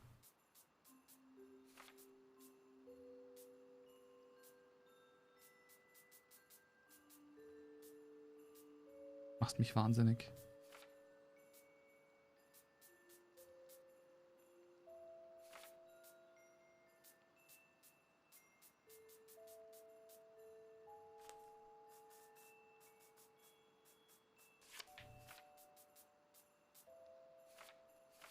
Das ist auch unmöglich. Und das war mir irgendwie klar.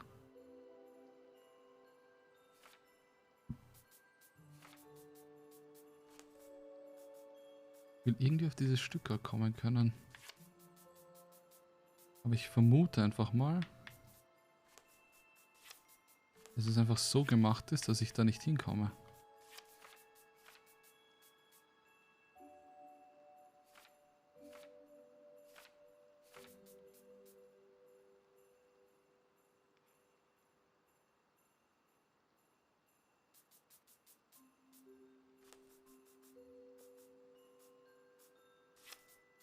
Wait. Was ist, wenn ich dich hier einfach so jetzt... Perfekt. Jetzt habe ich's. Ah, da ist ein Schneemann. Kann ich den mitnehmen? Okay, ich muss einen Schneemann bauen. Streamer plays a song he likes. Mache ich gerade nämlich ähnlich. Jetzt geht auf den Industriezucker verzichten. Trinke seit geraumer Zeit auch noch kalten Tee. Tee ist für mich Winter und ich kann es irgendwie kalt. Kalt schmeckt mir Tee irgendwie nicht. Einen Song. Ich habe schon seit längerem keine Musik mehr aktiv gehört.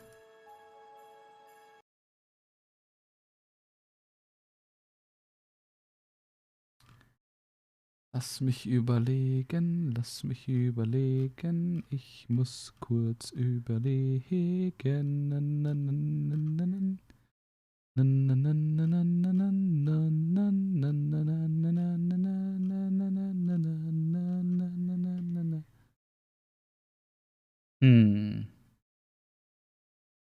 Jetzt der Olaf und ich liebe Umarmungen. Wie wäre Bell? Darf ich nicht wegen DMCA.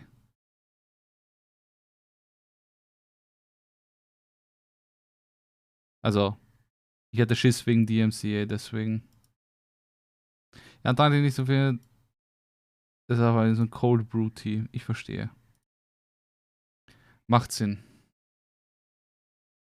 Ergibt Sinn. Deswegen spiele ich auch immer nur Spielmusik, weil da bin ich definitiv, nein, nicht definitiv, da bin ich zum größten Teil safe mit DMCA. Da fällt mir gerade was ein.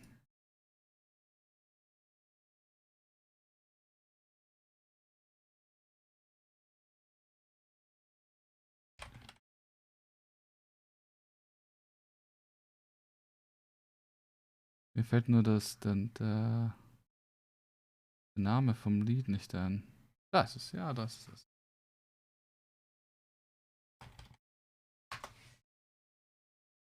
Das ist es. Gibt es davon irgendeine gute Version?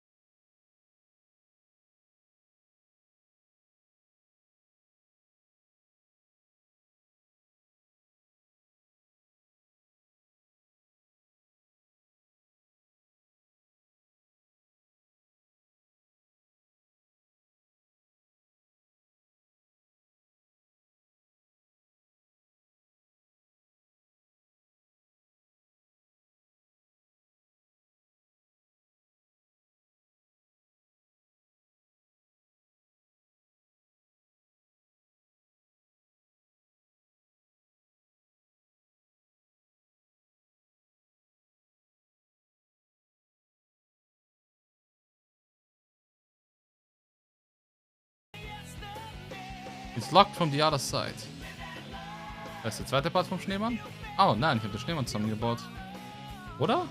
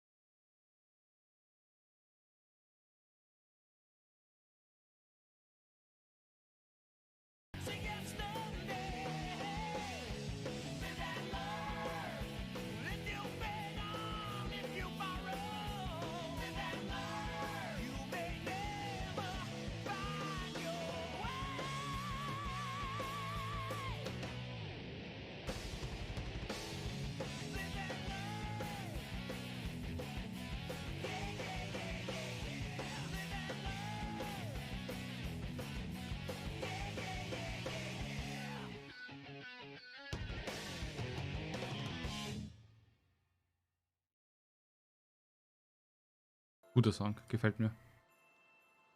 Ich hoffe, es war zufriedenstellend.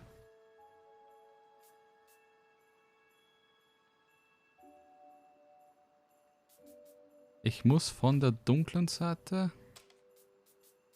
auf die helle.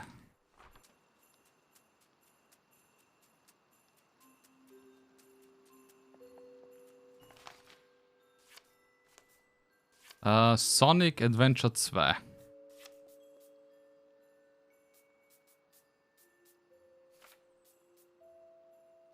Ich mag Sonic-Musik voll gern. Und das, obwohl es so eher rockige Musik ist. Und trotzdem mag ich's. Das hier hat mir gefehlt. Das ist kein Wasser. Ich habe das als Wasser interpretiert. Das ist Eis. Dann kann ich den hier machen, den hier und hoffentlich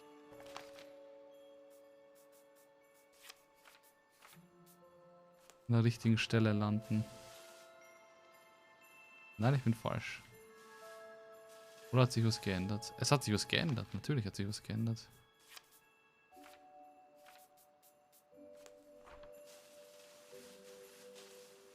Und da bin ich falsch.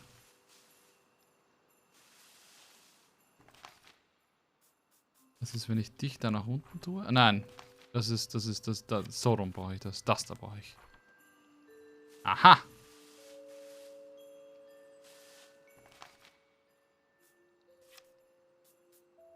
Das ist aha.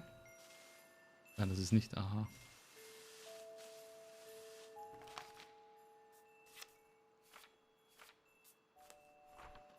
Jetzt ist es aha. Wait, ist es jetzt aha? Nein.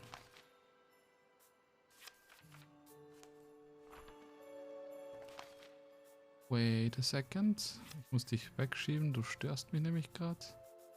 Da unten habe ich auch kein Eis. Eisrutschrätsel.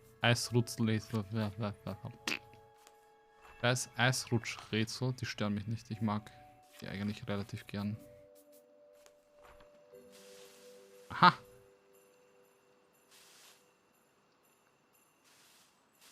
Die Frage ist jetzt nur.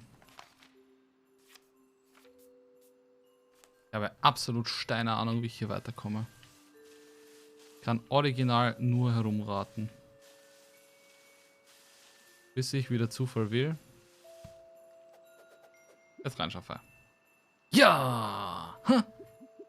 You're not an ice beast. You're not a beast at all. Whew. I almost soiled my furs.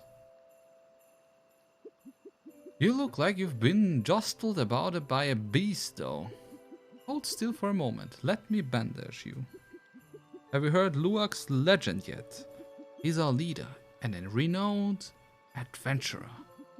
He says that one day we'll find a precious treasure on a fabled 7th iceberg.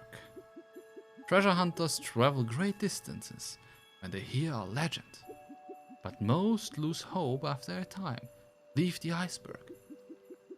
I suppose those of us left still hold some hope in our hearts.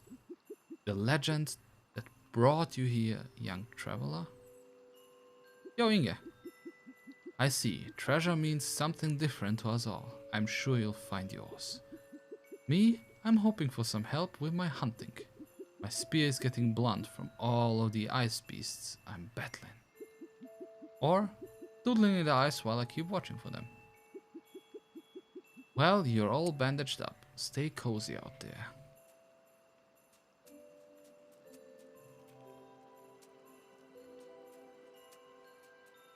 Braucht definitiv einen Hut. Erstens dich, das ist sehr gut. Oh, das ist Luak, oder? Hüge hat. Hello, we meet again. Wouldn't you know it, I just gave away my last pickle. Badge. By way of apology, let me tell you about this base we're in. It connects the various biomes of the iceberg, one beyond each gate. So regardless of where the icebergs drift to, you can easily connect to them. How's that for some ice-cold facts? It's often easier to get around if you start from this base. Good luck. So, jetzt kann ich die Tore anlocken. Kann ich alle Tore anlocken? Gibt es nur das eine? Oder gibt es noch ein zweites hier? Da gibt es noch ein zweites, sehr gut. Oh, das hilft sehr viel. Oh, ein drittes. Aber das ist locked from the other side natürlich. Damit ich es nicht öffnen kann, damit ich jetzt rumbasteln muss, damit er hier gibt's ihn, ja. So. Dum-dee-dee. I hope you're enjoying the scarf. How do you like my new one? I knitted it together just now. Oh, it's just how I contribute to the community. Everyone finds a way. As for your contribution, well, I can see that you have an amazing sense of direction. Never seem to be lost. Perhaps you can find help Luak on his treasure hunt. Sure you've heard of it by now. What do you think the treasure could be? Me? I'm hoping for a material of impossible warmth. Even with these gloves, my hands keep going numb while I'm knitting. Kann ich den irgendwie verwenden? Nein, den brauche ich sicher für später zu verwenden. So. Das neue Teil, das ich bekommen habe, wird wahrscheinlich genau für das oben sein. Perfekt.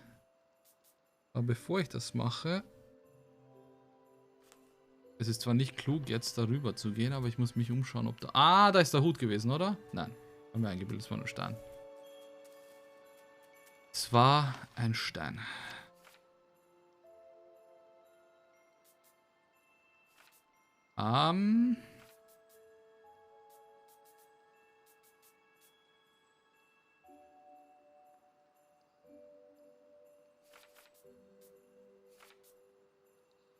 Oh. Das ist natürlich die wesentlich bessere Variante. Wenn ich hier hingehe, das hier hernehme und es so zurecht drehe, dann kann ich nämlich hier durchgehen. Ich habe hier eine Brücke.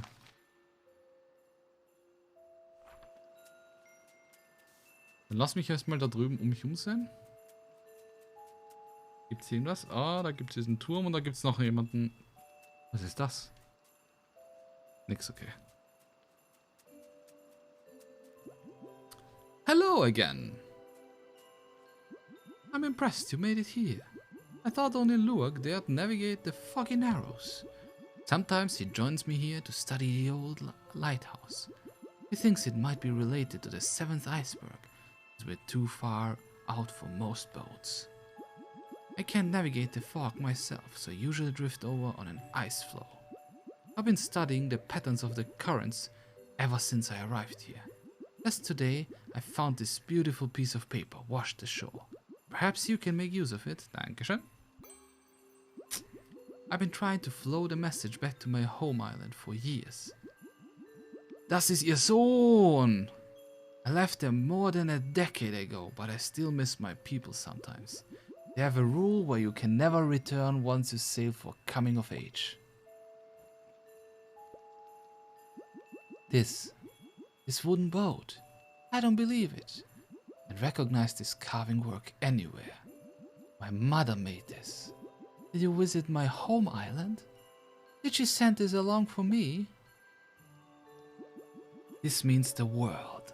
Thank you dearly. Although I can't see my parents again, knowing they still think of me too. Well, it warms my heart, even in this frigid place. I don't know what great stroke of fortune brought us together, newcomer, but thank you. Ah, süß. Ich habe komplett darauf vergessen, obwohl erst vor ein paar Minuten davon gesprochen wurde. An abandoned lighthouse, forgotten, even to the sea. So, wir haben jetzt ein neues Puzzleteil bekommen. Warum ist der alte Sack jetzt schon wieder da? So, ich muss ein bisschen die Sachen wegbewegen.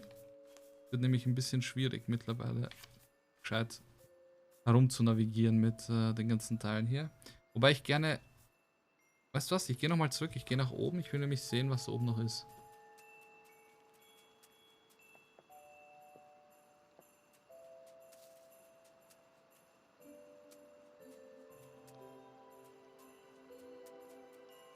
Nichts. Auch egal. So. Oh, das gefällt mir nicht. Da unten ist Eis. Sie wollen irgendwas, das ich auf dem Eis mache.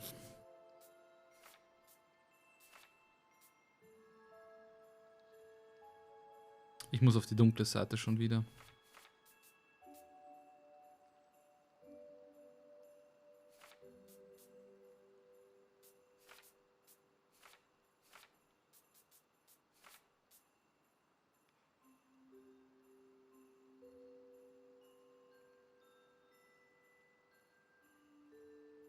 Oder? Nein, so kann ich nicht hinkommen.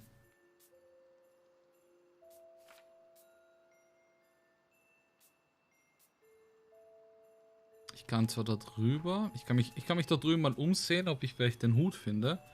Bin mir sicher, der Schneemann ist Teil vom Rätsel, wie man zum 7. Eisberg kommt. So. Ich bin hier, was gut ist, weil dann kann ich auf der Seite hier mich umsehen. Auf der ich angeblich... Nein, ich war nicht hier. Ich muss nämlich von der Seite das Tor aufmachen. Haha!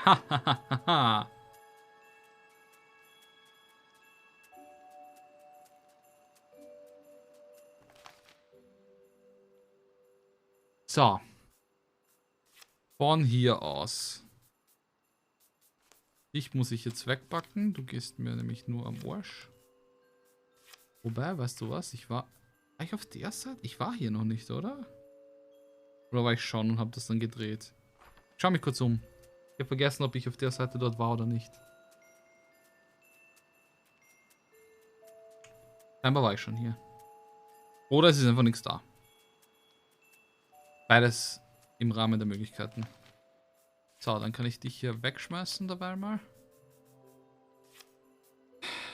Die Seite brauche ich hier nicht mehr, da war ich jetzt schon. Ich muss... Warte mal, das ist das Wasser?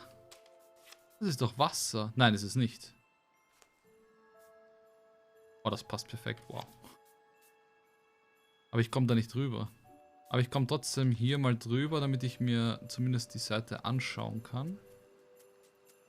Ob es hier irgendwas gibt. Da ist der Schnee. Also ja, der Schneemann, der ist immer fix da, das ist klar. Okay, da ist auch nichts. So.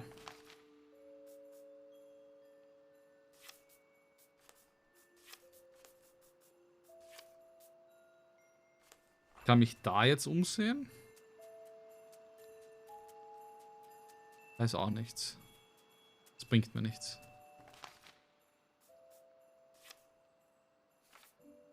Wie komme ich... Ah. Simple as that.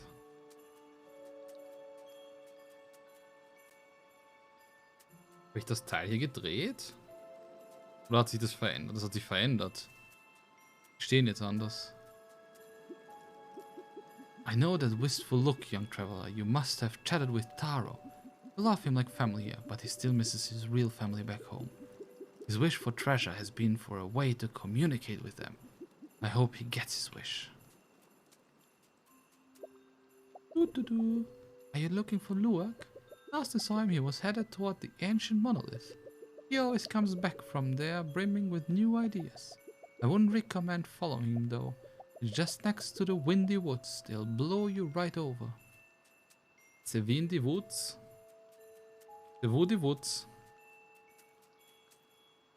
Gibt es hier irgendetwas? Gibt es hier irgendwas? Oh, ich kann da drüber. Interessant. Und da gibt es ein... Warum ist zum Teufel ein Pinguin? Was ist das? Oh, ich habe keinen Hut gesucht. Ich habe Stabal gesucht für seine Arme und Beine. Ah, also Arme, nicht Beine. Fertig? Okay. Also fehlt ihm doch noch ein Hut. Oh, und er wird sicher einen Schal brauchen. Ich muss sicher auch den Schal drauf tun. Dafür war der Schal, der mir gegeben wurde. So, was ist mit dir eigentlich? A weather vane clinging on in a heavy wind. Okay, das Ding ist kein echter Pinguin, das ist einfach nur so... Oh. Super. Das ist geschissen. Wie komme ich von da weg?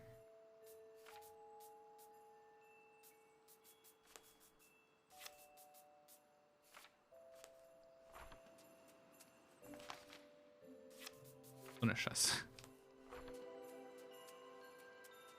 Das heißt, dort nicht drüber gehen, das heißt erst mit ihm reden und er muss mir dann irgendetwas offenbaren. I've been so busy fixing bridges, I must have neglected the monolith. I don't usually let the snow pile up like this. And wouldn't you know it, I left my backpack of tools with my afternoon tea. I know I wasn't even good for a measly pickle last time, but could you possibly grab my backpack from the windy woods nearby? The weather picked up just as I finished and I couldn't even stand up. But you seem to make it here just fine. What do you say? Help an old man out? Again? Die Problematik, die ich habe... Doch keine Ahnung, wie ich... Ah, da drüben ist das Backpack-Ding.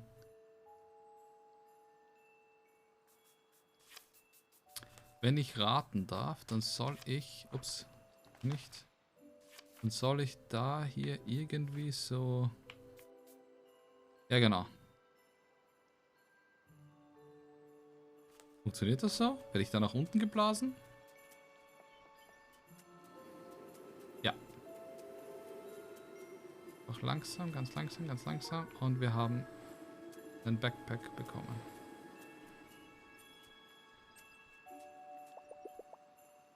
So. Gehen wir hier rüber, damit wir das Ding hier dann umdrehen können. Und wieder darüber gehen können. Perfekt. Erledigt.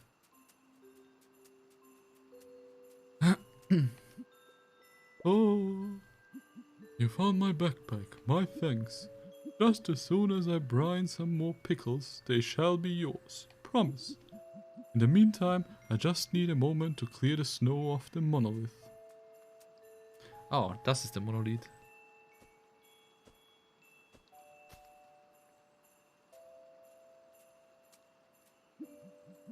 Ah, back to its glorious self. Do you see the patterns? Many icebergs ago, our ancestors had to abandon this place. The climate had changed and become inhospitable. It's said that they left the treasure behind, one of impossible value and use. My people found our way back here and found new ways to survive. I've been looking for the treasure ever since. I still believe that we'll find it when we find the fabled 7th iceberg. When I don't know where to look next, I come to this monolith for inspiration. I feel as if these patterns left by our ancestors are a clue. Each side of the monolith has a different pattern. Perhaps you can make sense of them. Das ist each side of the monolith. Welche Seiten? Mention monolith with 3 mysterious patterns. Ah, okay. 3, weil jedes Mal, wenn ich die Insel drehe, wird wahrscheinlich ein anderer Part zu sehen sein. Die Problematik ist... ich muss einen Stift und Papier nehmen. Habe ich einen Stift hier? Ich habe noch einen Stift hier, perfekt.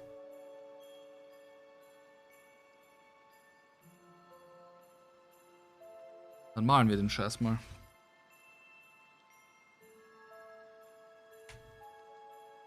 Kann sich noch irgendjemand erinnern, warum ich Achtung Werbung geschrieben habe? Ich habe keine Ahnung mehr warum. Oh mein Gott! Scheiße, ich muss das Rätselspiel noch fertig machen von Silvester. Ich habe komplett auf... Ich weiß nicht, wo sie es schon wieder weggeräumt hat. Ich habe komplett drauf vergessen, weil sie es einfach weggeräumt hat irgendwo hin. Screenshots und Paint. Ich habe jetzt Block und Papier da. Irgendwann muss ich auch schreiben. Ich habe so viel von dem Zeug da. So.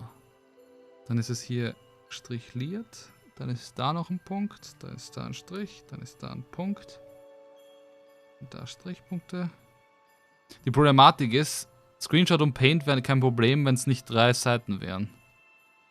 Ich meine, ich könnte es irgendwie zusammenfügen. Ich bin Inge, mach einen Screenshot und mach's in Paint. Ich bin Inge.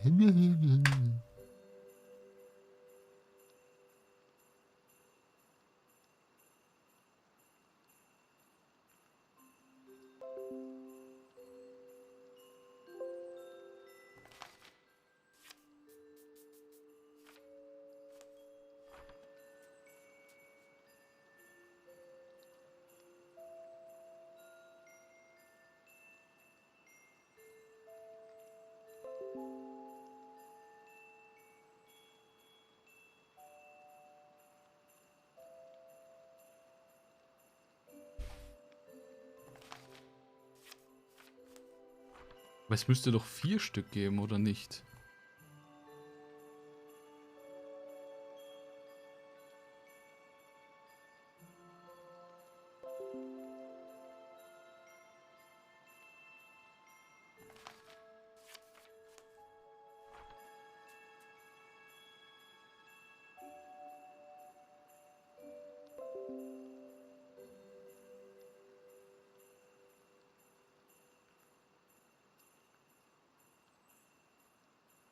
Nimm das bestimmt Stift und Papier. Ja, ich habe immer einen Kugelschreiber bei mir beim PC. Oh!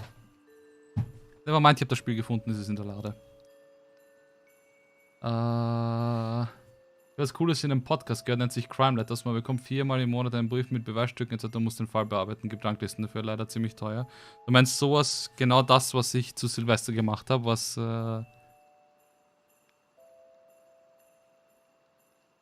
ich muss das irgendwie einblenden. Wie blende ich das ein? Nehme ich dich? Ich nehme dich. Paint. Zack. Geht das? Ah. So. Jetzt kleiner machen.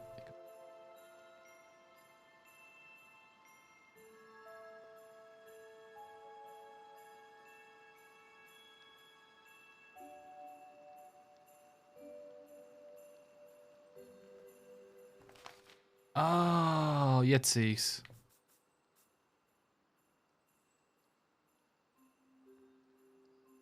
Einmal das Quadrat.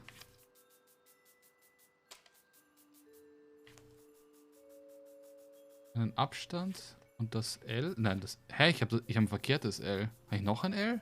Ah, das andere L.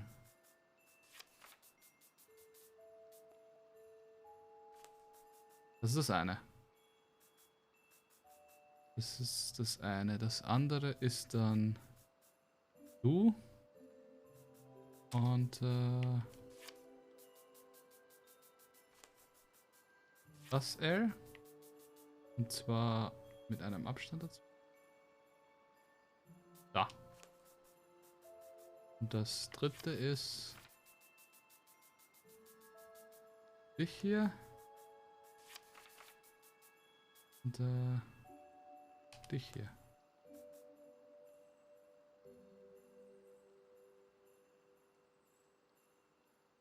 Was bedeutet das letzte?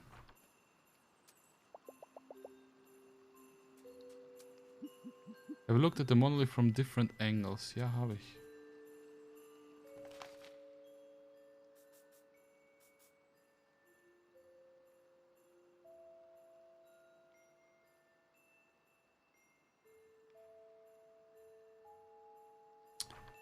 Der Engel, der mich am meisten... Warte mal. Nicht eh richtig. Ich habe hier...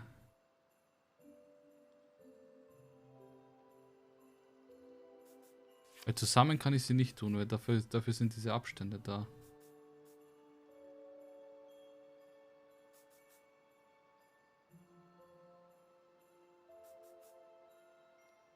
Warte mal.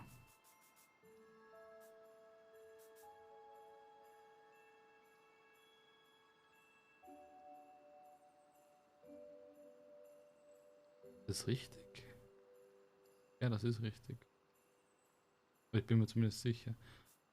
Wenn man die Quadrate als einzelne Punkte sieht. Punkt, Punkt, Punkt, Punkt.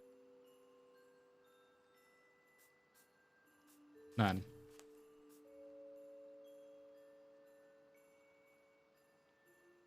So ist es richtig. Oder?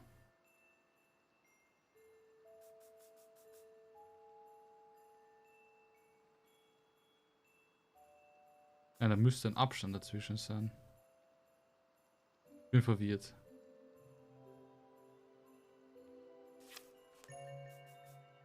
Ah, jetzt passt es.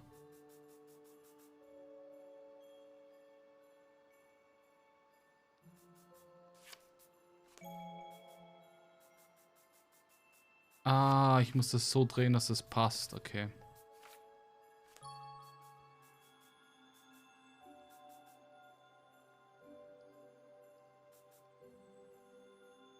Warte mal, wenn ich es jetzt trenne, ist es weg.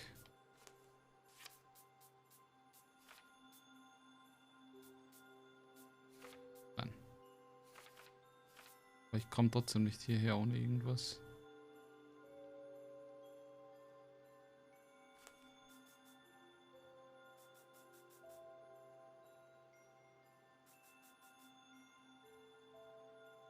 Oder?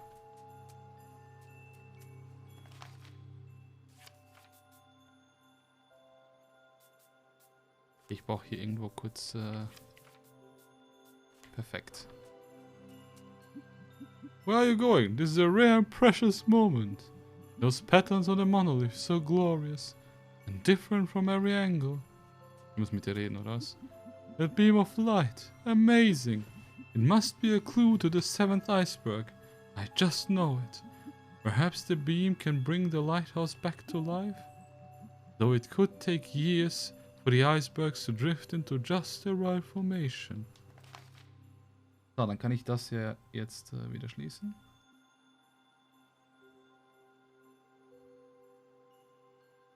Ja, ich habe nicht dann gedacht, dass ich mehrere Screenshots auf ein Ding. Ich habe einfach, ja, nicht nachgedacht.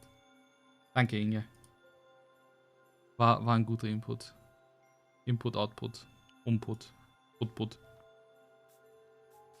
Warte mal, du willst von mir, dass ich den Strahl hier vollende. Aber ich kann den Strahl hier nicht vollenden.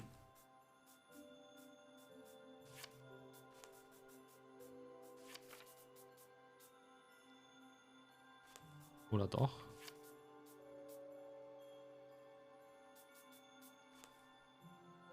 Wait a second. Willst du von mir, dass ich das hier zusammenbaue? Nein, das geht nicht.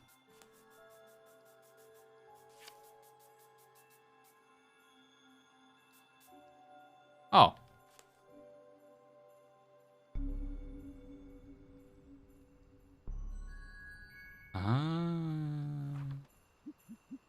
That rumbling. Could it be?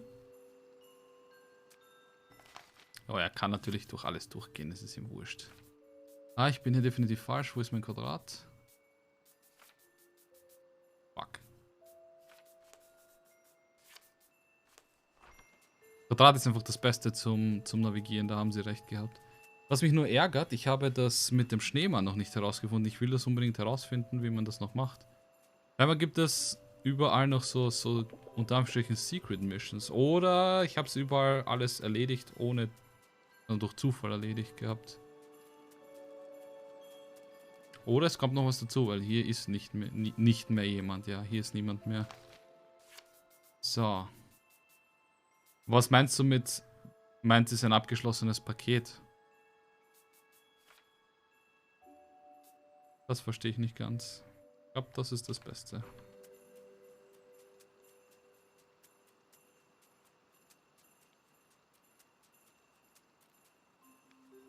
Irgendwo irgendwas?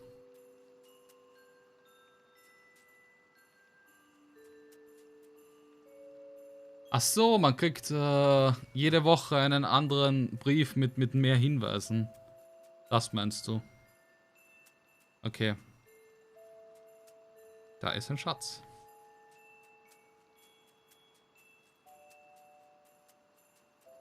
Sag bloß, der Schatz ist ein Hut.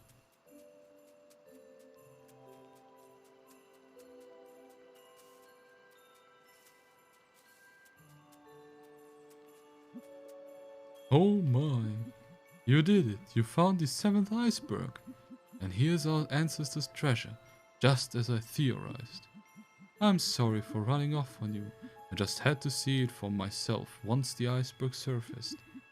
I've been searching for so long. I can't believe the day has come. Und jetzt? Aufmachen. It's really real. I've been searching for so long. Incredible. I always believed in Luwak. He was right. Now let's see about the treasure helping me hunt. It finally happened. My hands are feeling warmer already. I can't believe I'm actually standing on it. What an iceberg. I don't know what you did, newcomer, but you seem to be making everyone's day. Time to open the treasure. Everyone please stand back. We don't know what awaits us within. Hold your breath, everyone. Here we go.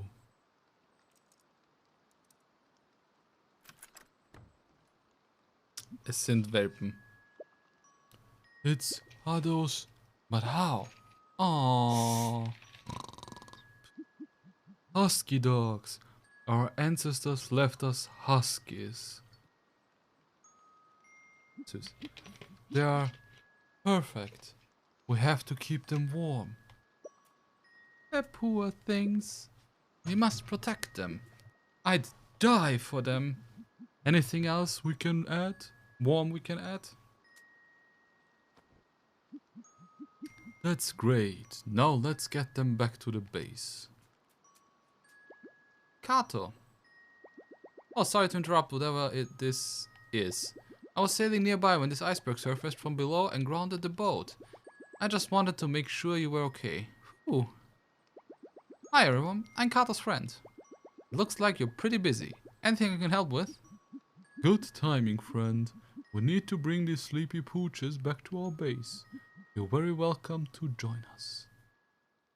Immortal Huskies, wie lange waren die in der Kiste? Wir sind magische Huskies. Da ist ein Brief. Carto, my treasure. I just saw you down below. Did you see your granny? I was all set to scoop you up in the airship after she cooled off, but the old gal wasn't happy when I dripped below the clouds. I don't think I can risk landing there. I'll need to meet you somewhere above the clouds. Find the tallest place you can, and I'll find you there. It's a promise this time. I can't wait to hold you in my arms. We have so much more to explore together. Love, Granny. Ich will eigentlich diesen Schneemann fertig bauen. Aber ich weiß nicht wie. Ich müsste mich überall nochmal umschauen, ob ich nicht... Achso. Ich habe jetzt auch keinen kein Ding mehr. Keinen... Wie heißt's? Oh mein Gott, sind die süß. Oh mein Gott, sind die niedlich. Sogar mit dem Ohren wackeln sie und mit der Schnauze.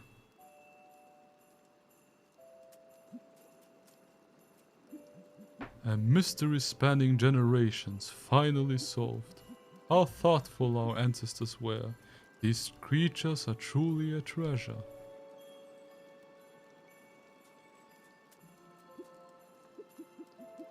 This should keep them warm enough. We're letting them wake up naturally. They must have been asleep for ages. Looks like I got my hunting help after all. Just have to wait until these pups grow a little bigger.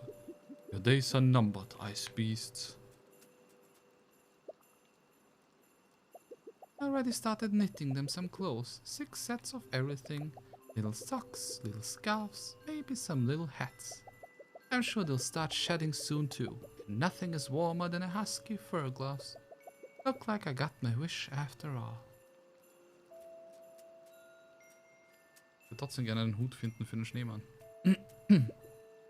My, I can't believe little Shianan is here too. You were just a child when I sailed, and now she's on her own come-of-age journey. She's told me so many stories about our people. It fills me with joy. You've done so much for me, but I have one last favor to ask. When you sail, will you please drop this near the shore of our island on your way? My parents will surely find it. Know they'll be glad to hear from me. Okay. Aw, those pups are too cute. Makes me want one of my own. They'd be such a good companions out at sea. Wow, your granny was so close to us. We need to meet her above the clouds, huh? Nowhere jumps to my mind, but let's head back to the storage chalet and do some research. Jasmins Schwester hat seit Februar eine kleine Schieberdame. Immer diese Shiba-Inus.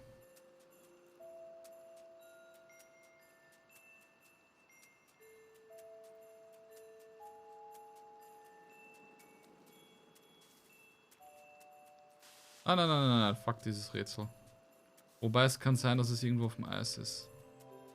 Oh mein Gott. Kann es sein, dass es hier... Weil da war nichts mehr. Irgendwo hatte ich doch noch ein kleines Stückchen Eis. Nicht das da?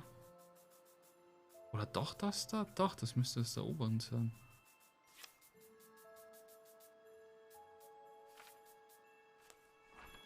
Ist es vielleicht hier irgendwo? Nevermind.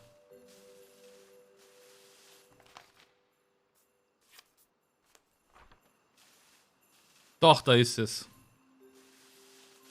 Ich hatte den richtigen Riecher.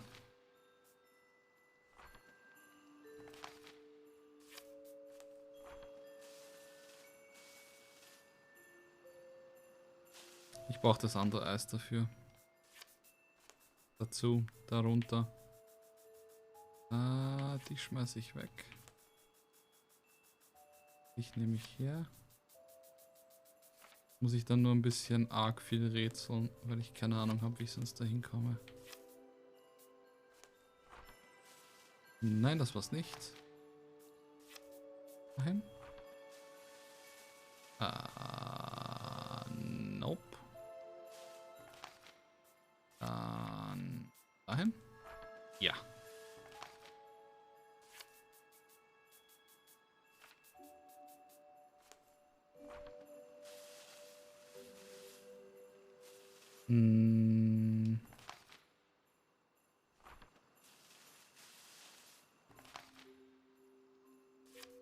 Oh, ich bin immer noch hier.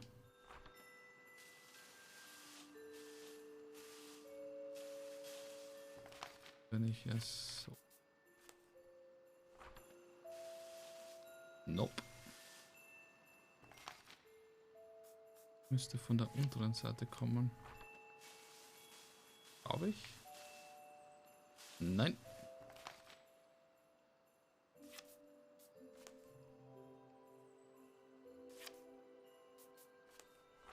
Und da komme ich so auch nicht drüber, oder?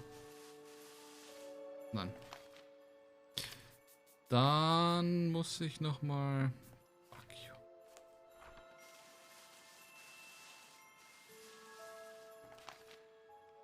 Oh, ich bin immer noch hier. Gott, ist das nervig. Ups. So komme ich rüber. Perfekt. So, dann muss ich dann wahrscheinlich auf die Seite hier.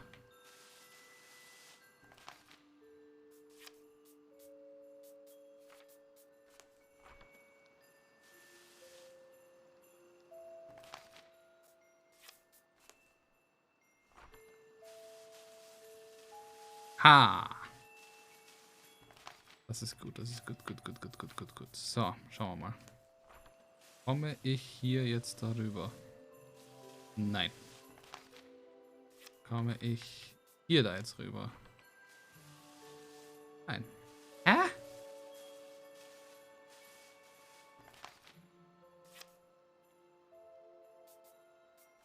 Ich da... Warte mal. Da habe ich... Ich habe nur die 3 mit Eis. Aber ich kann euch ja nicht kombinieren, oder? Wenn ich dich hier hin tue, gibt es irgendeine Kombination, die funktioniert? Nein, das gibt's nicht.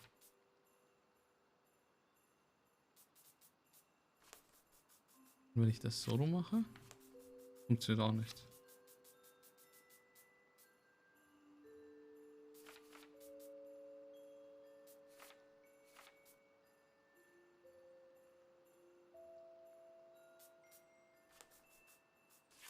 Was ist, wenn ich so mache?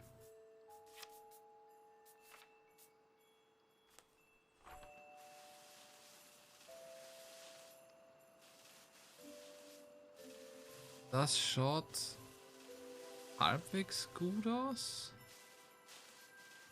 Allerdings müsste ich von der anderen Seite anfangen. Gib mir... Ich muss mich kurz einmal orientieren. Ich muss hier drauf. Nämlich dich, mach den hier. Was ist, wenn ich von hier aus anfange? Das ist falsch.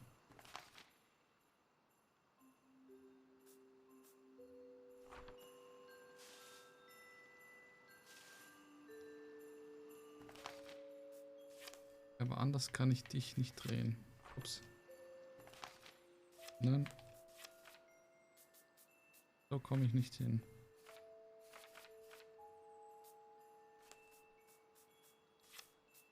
Und so komme ich auch nicht hin. So komme ich auch nicht hin. Und das hier bringt mir auch nichts.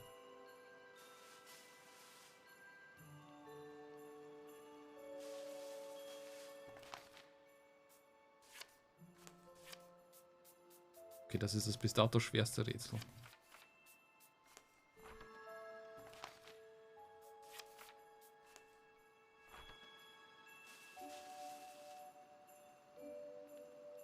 Weil ich jetzt drehe und wende von hier aus. Komme ich hier nirgendwo weiter, oder? Nope. Doch.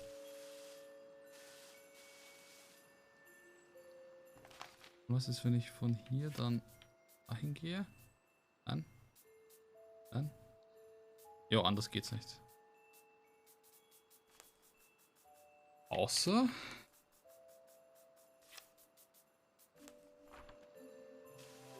Das ist es nicht.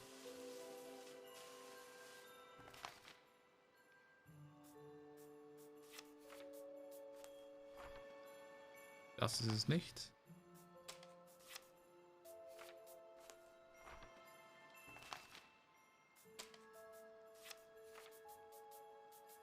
Anders geht's nicht. Was ist, wenn ich dich hier jetzt nach unten dranhänge? Komm ja nicht weiter. Was ist, wenn ich dich so dran... Ah, warte.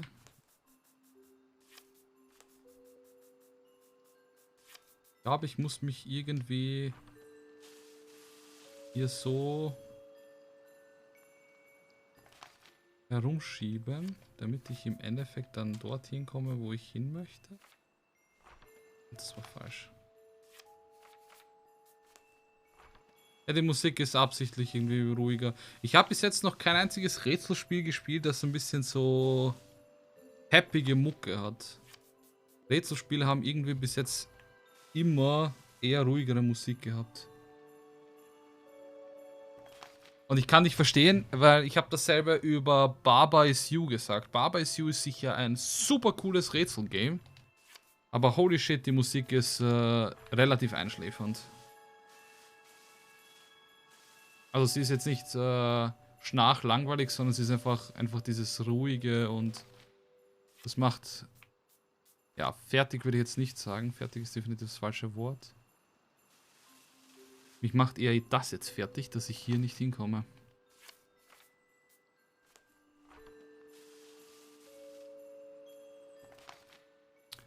Rätselgame mit Metal-Musik, das würde original keiner spielen.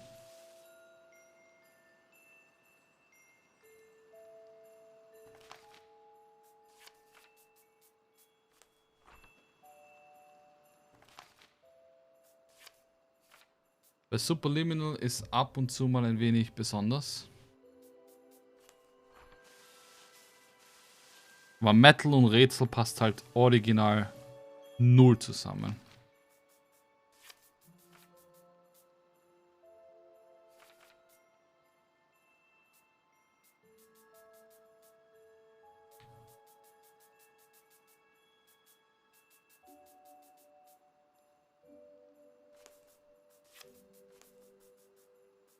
Ich würde nicht da sitzen. Ich habe eine Idee. Das funktioniert irgendwie nicht. Also, in meinem Kopf zumindest nicht. Ich weiß schon, dass Leute, dass ihr Metal anders empfindet, als ich es jetzt dargestellt habe. Das war mit Absicht ein bisschen überzogen dargestellt. Willst du das Spiel heute beenden? Keine Ahnung, wenn nicht mehr viel da ist, dann kann ich es heute beenden. Warum? Ich habe gerade einfach Spaß dran.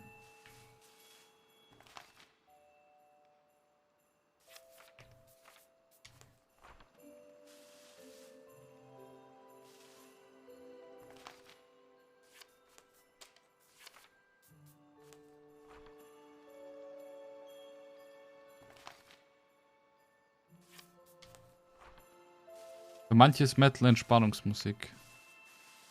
Alex ist mir ins Gesicht gesprungen, als ich gesagt habe, dass Metal keine gute Entspannungsmusik ist. Hat sie gemeint, Metal hört man noch nicht zum Entspannen. Und du sagst mir jetzt, manche hören Metal zum Entspannen. Da sieht man, wie Leute die Sachen anders wahrnehmen.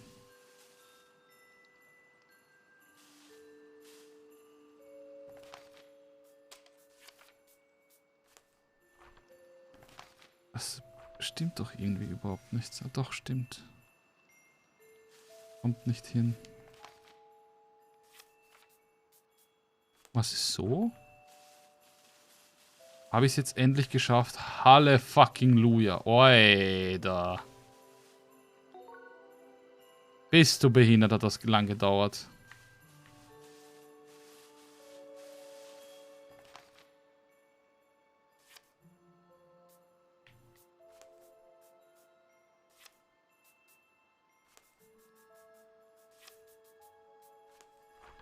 Jetzt werde ich dann extrem lang scheitern, zurückzukommen.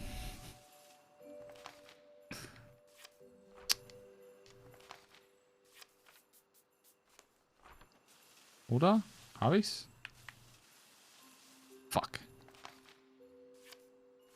Achso. Wait. Komm ich so zurück? Nein, so komme ich nicht zurück. So eine Scheiße.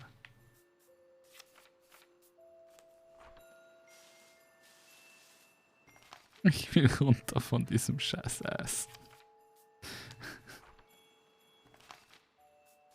Das macht mich fertig. stimme dir jetzt zu, Jesse. Scheiße Eisrätsel.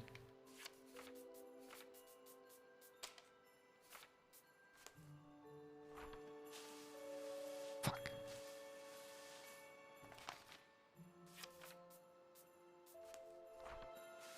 Warte, das habe ich schon mal ausprobiert, oder? Shit.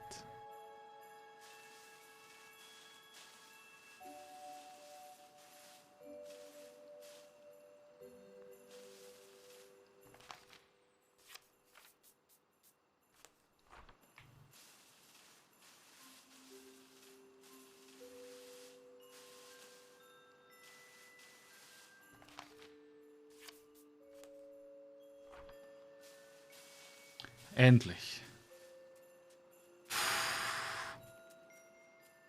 Da, wo ist... Da war der Schneemann, oder? Dunkle Bart? Ja.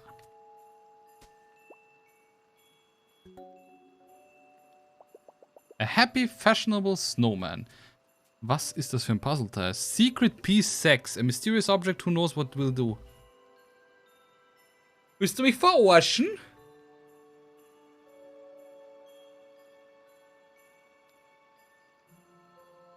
Ich habe gerade mal ein Secret-Ding gefunden. Ich habe mich doch überall umgesehen. Wie habe ich 5 Teile verpasst? Wow.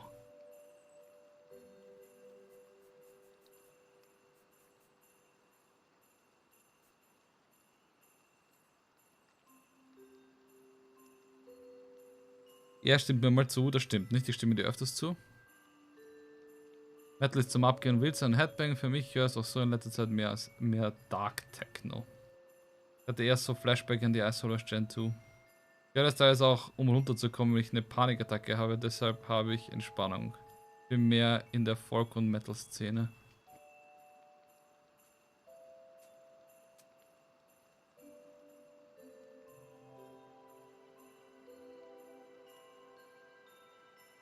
Ich meine, jedem das seine. Ich könnte auch bei Eurobeat, so gern ich es höre, wie man gemerkt hat, jedes Mal, wenn ich einen Stream starte, könnte nicht das anschalten zum Entspannen. Das ist eher zum Aufhypen. Auch Metal, die paar Lieder, die ich höre, oder Rock, sind eher für mich zum Aufhypen als zum Entspannen. Ich glaube, zum Entspannen höre ich gar keine Musik. Ich glaube, das ist für mich am entspannendsten.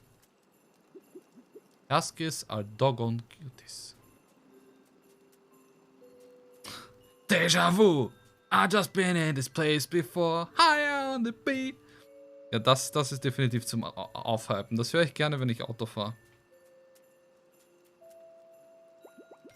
Goodbyes are all done. Are you ready to sail? Yeah. Off into the wild blue ocean once more. Take care of those pups, everyone. Lo-Fi zum Abgehen, na. Lo-Fi kann ich auch nur eine kurze Zeit hören. Von Lo-Fi kriege ich tatsächlich auf Dauer Kopfschmerzen irgendwie. I hope the storyteller knows somewhere we can get above the clouds. Manchmal höre ich einen Mord-Podcast. Ja, du bist doch verkehrt. There's so much more forest to explore. Ja, ich würde gerne rein und den Forest exploren, aber du lässt mich ja nicht. Weil du ein Ohrspallwichser bist. Ich würde auch gerne zu den Grasslands und schauen, was ich verpasst habe. Ich höre alles außer Schlager und Radiomusik. Also Radiomusik ist ein bisschen gar generalized. Ich höre auch nur die Nintendo Remixen von Lo-Fi, sofern sie noch verfügbar sind. Jetzt, wo du sagst, ich glaube, ich habe normales, also unter Anführungsstrichen normales Lo-Fi noch nie gehört, sondern immer nur das Nintendo Lo-Fi. Da drüben.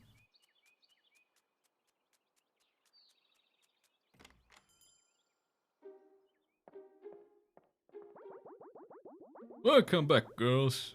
Always nice to see you. It's always nice to see you. How can I help you? We need to get above the clouds, and Carto's granny can't land her airship. Who's... What? Can't land there, huh? Sorry, it's a long story. Maybe you'll read about it one day. Do you know of anywhere that's tall enough that we can get above the clouds? Huh. Actually, the top of the storyteller goes pretty high up. But it's just a small house. It might appear that way, but you'd be surprised. I once found myself on the very top floor. There were no books up there, but the view was breathtaking. Oh, okay, can you show us how to get up there? I'd be happy to, young miss, but I haven't reached the top floor again since. This can be a complicated place, I'm afraid. Though I can show you what I know, please follow me.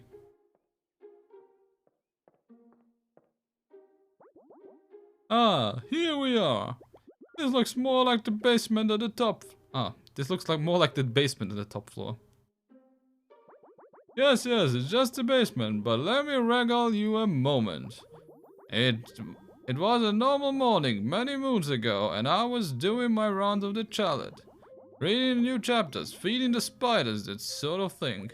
I was still half asleep and wandered into a door I didn't recognize. Before I knew it, I was rocketing upward and it spilled me out on the top floor. That sounds more like a dream you had. It's always a possibility, but I spent the entire day up there and my sunburn was very real. It had the most glorious views of the forest. I'd never been up so high. I hope to find my way back there ever since. With the smarts on you girls, I bet we can figure out how. I'm not sure that story quite adds up, but it's the only lead we have. Let's look around and see what we can find, Carto. So. Naja, vermutlich ist 95% Radiomusik einfach Trash. Würde ich auch nicht sagen, weil allein schon, es gibt... Ich weiß nicht, wie es in Deutschland ist. Ich kann nur von Österreich reden. Es gibt Rap, R&B, Rap, sehr viel Pop, es gibt Rocksender, es gibt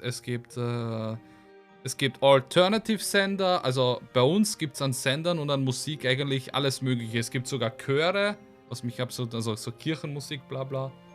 Also es gibt sau viele verschiedene Radiosender mit sau viel Musik. Dazu sagen, 95% der Radiomusik ist Trash. Ist ein bisschen gar weit aus dem Fenster gelehnt.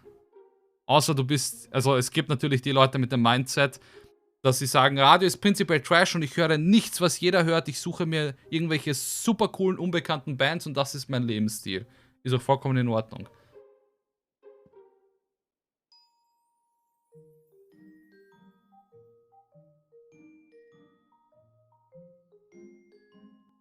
Das ist das, was mir am Arsch geht an Radio, dass sie tatsächlich dieselbe, sie haben eine Playlist von, keine Ahnung, 10 Lieder und die spielen sie einfach im Kreis. Das ist halt, ja. So. Mother's Reach. The strength of a tree is measured by the growth of its roots, as they say in the wildwood. And the mother tree is the strongest of them all. When fully grown, the mother tree's root system extends across the entire world, deep underground. This growth process takes roughly 1,000 years, based on the sapling used to spur her regrowth. Genau das, unbekannte Metal Bands. The ups and downs of the story chalet. Oh, a rarely seen door allowed a scant few storytellers access to the observation deck. Someone scrawled a message across the page. The top floor is real, and I found the way there. I don't have enough space to fully explain, but this should get you started. Good luck, future storytellers. A small scroll of paper flutters down. Aha. Okay. Das können wir nachbauen, das ist kein Problem. Brauchst du noch irgendwas? Da haben wir noch was. Message in a beetle. The spotted sand beetle wove its way through the burning desert sands on assignment from the captain of the water seekers. It bore a message that a new oasis had been found, that it was time for the rest of the tribe to join the seekers. This particular species of beetle could absorb the harsh rays of the sun, channeling them into energy to power its sand-shoveling mandibles. Its natural predators included the prancing asp, the luminescent fox, and Polzon's tarantula, but it evaded them all. The beetle arrived just in time as the tribe's water supply dwindled and enjoyed a reward of candy cactus nectar for its troubles. Macht sie nicht, dass es besser ist, für wenn man kein Radio hört, beziehungsweise kann dann meinetwegen aber dann halt's Maul und fühle dich halt für dich alleine. Danke, das war die Essenz meiner eigentlichen Aussage, weil ich habe das schon immer gehasst, wenn sich jemand das was Besseres... Ich hasse es überhaupt, wenn sich jemand wegen irgendeiner Nichtigkeit als was Besseres fühlt. Wenn jemand, keine Ahnung, irgendetwas karrieretechnisch erreicht hat oder dieses, jenes, kann er sich von mir als was Besseres fühlen, soll mir recht sein. Aber nur weil er sich auf den Kopf stellt, um anders zu sein als alle anderen, heißt das noch lange nicht, dass du was Besseres bist oder dass das nützlich ist, dieses Anderssein. Anderssein for the sake of Anderssein. Wenn es dir den Kick gibt, dann soll's das, aber du bist nicht einfach besser deswegen. Und ich hatte das jahrelang, dass mir das Leute gesagt haben, ich höre kein Radio, das ist alles kompletter Blödsinn. Und hat sich einfach als was Besseres gefühlt, weil er kein Radio gehört hat. Und das ist etwas, was ich nicht nachvollziehen kann, warum man sich da plötzlich als was Besseres fühlt.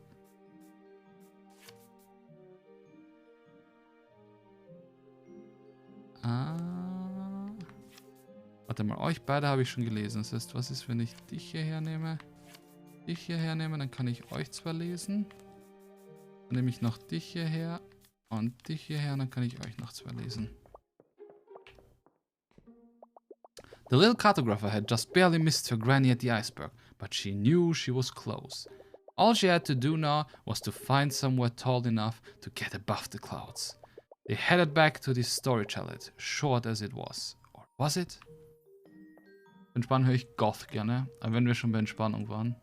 Bei Fernsehen verstehe ich das. Aber bei Fernsehen selber, wie viele Leute kenne ich? Ich persönlich werde das nie nachvollziehen, dass ich mir irgendwelche Trash-Reality, also dieses allgemein Trash-TV einfach, diese Reality-Shows, dieses Frauentauschgedöns, diese Fremdschämen-Sendungen könnte ich im Leben nie schauen. Aber ich habe mich noch nie als was Besseres gefühlt, dass ich sowas nicht schaue, über jemanden, der das schaut und der nur darüber redet. Wie oft ich das schon hatte, dass sie reden, dass sie über Deutschland sucht den Superstar oder GZSZ, was weiß ich, was für Sendungen. Also ich suche gerade das Pendant zum österreichischen Fernsehen. Sich das anschauen und darüber reden und diskutieren und ich muss jetzt daneben sitzen und mir denken, ich bin was Besseres, ich schaue so einen Scheiß nicht. Nein, wenn ihr es genießt, bitte genießt es. Ich reib's ihnen nicht unter die Nase. Frauentausch finde ich einfach Trash. Interessiert mich genau kein Stück. Aber wenn ihr es schauen wollt, go ahead, schaut es. Wenn ihr daran Freude findet, ist das super. The Mystery of the Speedy Sheep. Schau, Speedy Sheep. The grasslanders had started to notice that their sheep had become unusually fast of late. They strayed far from their shepherds and devoured cabbages at an alarming speed. After some detective work, the grasslanders determined that rubber plant seeds had been spread around the town somehow. The last sources of rubber in their region were used to manufacture magic boots which hadn't been seen in decades. But the grasslanders were glad to see new seed samples to cultivate, and soon their sheep were back to the reasonable speed. Aha. Immer diese Wortwitze, die sie einbauen müssen. Ich gucke nur noch Fernsehen wegen einer Serie, die ich bisher bei keinem meiner Streaming-Anbieter habe. Ich habe, was Serien und Filme angeht, es ist so traurig, wenn ich einfach so viele Serien und Filmeanbieter habe, so viele Streaming-Dienste und das nirgendwo einfach spielt und ich es auch noch kaufen muss. GG. A distant missive. Keelan and her forgetful husband Gata were missing their son more than usual that day. Gata was out strolling the shores as he often did before getting lost, but that day he found a bottle sitting on a north pier as if it had been left just for him. It had a message inside and he was so excited that he managed to find his own way home. His wife removed the message and unfurled it and immediately burst into tears. I'd recognize this handwriting anywhere, she said. My son wrote this. Their son's heartfelt message had crossed the ocean somehow and arrived just when they needed it most. Warte mal, das heißt, ich habe tatsächlich die Flasche abgegeben, okay. Naja, dumme Menschen sind leichter zu beherrschen und Trash-TV hat da jeder Anteil.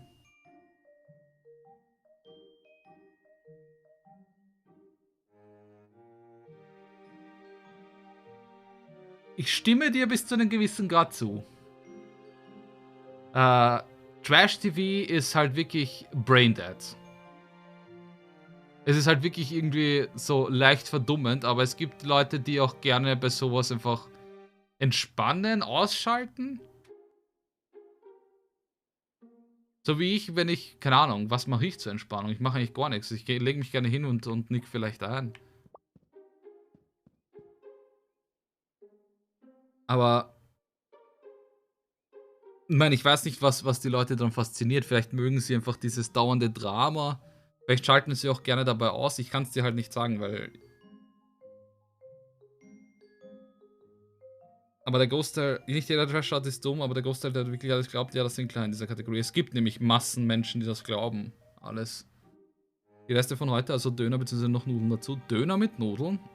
Interessant. Trash geht halt auf die niederen Bedürfnisse ein, also sich besser als wer anderes zu fühlen.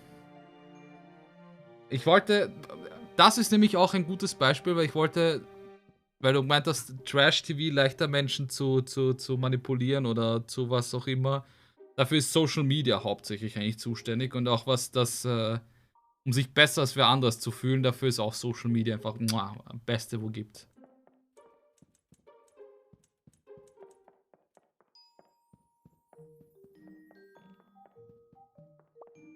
The Goat Attraction. After the eruptions subsided, the Palmer family rode goats to the mouth of the volcano to sow away their changes. The cooled lava rock had created a series of tunnels and slides as far as the eye could see. There they ride their goats down the slides, they wondered. And thus a new world-famous attraction was born at the luxurious... Ich hab schon wieder vergessen, wie man das scheiß Wort ausspricht. Luxurious... Nein. Oh, doch. Luxurious. Luxurious. Scheißdreckswort. Luxurious Lava Lodge. Halt Bratnudeln und statt Speck halt Döner in die Pfanne. Ist halt eigentlich gar nicht mehr so bad. Ach so, okay. Ich dachte, du meintest mit Brot, mit samt Brot. Ich dachte, du nimmst das Brot mit dem Döner und tust noch Nudeln rein.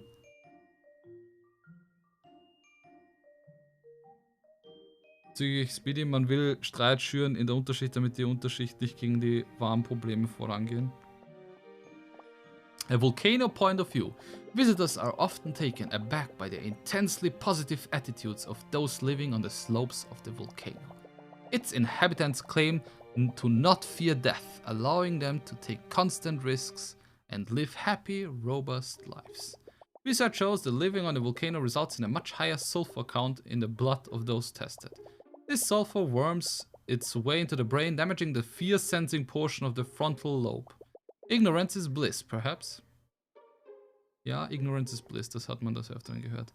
Und mir fällt gerade ein, in der Lava-Welt musste ich vielleicht mit der Ziege irgendwo hinjumpen, wo ich vorher normal nicht hinkommen konnte. Vielleicht war dort irgendwann Secret versteckt. Husky business! The first settler of the Iceberg was merely a child and lost adrift at sea, separated from his people. Upon his arrival, a pack of huskies took great interest in him and nurtured him as one of their own. They taught him how to hunt, communicate with the other dogs, and keep himself warm. The settler swore that he'd find a way for future generations to have the support of huskies whenever they were needed. Das hatte ich auch mal überlegt, Döner oder Dürüm mit gebratenen Asiennudeln wäre eigentlich auch interessant. Aber das ist ja Kohlenhydrat mit Kohlenhydrat? Das ist Brot mit Nudeln. Oder nicht?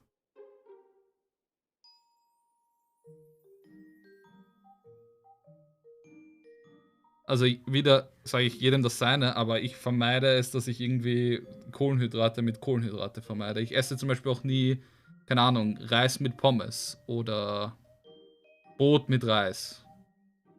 Ja und? Soll ja bloß schmecken? Ja, ist doch vollkommen in Ordnung. Ist ja vollkommen... Ich mache das nicht. Ich finde das... Ich überlege gerade, es gibt eigentlich keine Kombination von so puren Kohlenhydraten, die ich miteinander esse. Reis mit Pommes klingt gar nicht mal so ungeil. Never winter naps. Another legend of the Iceberg involves a miraculous drink called Neverwinter. Created by a mixture of several types of ice and local herbs, Neverwinter puts its drinker into a deep hibernation. In this way, they can sleep through the winter safely until being awoken by the first light of spring. The recipe has been lost to time, though local mixologists are always experimenting, hoping to rediscover it. Was ist mit Burritos? Das ist Reis im Brot, bzw. Teig halt. In welchem Burrito gibt's Reis drinnen? Habe ich ein Burrito jemals mit Reis gegessen?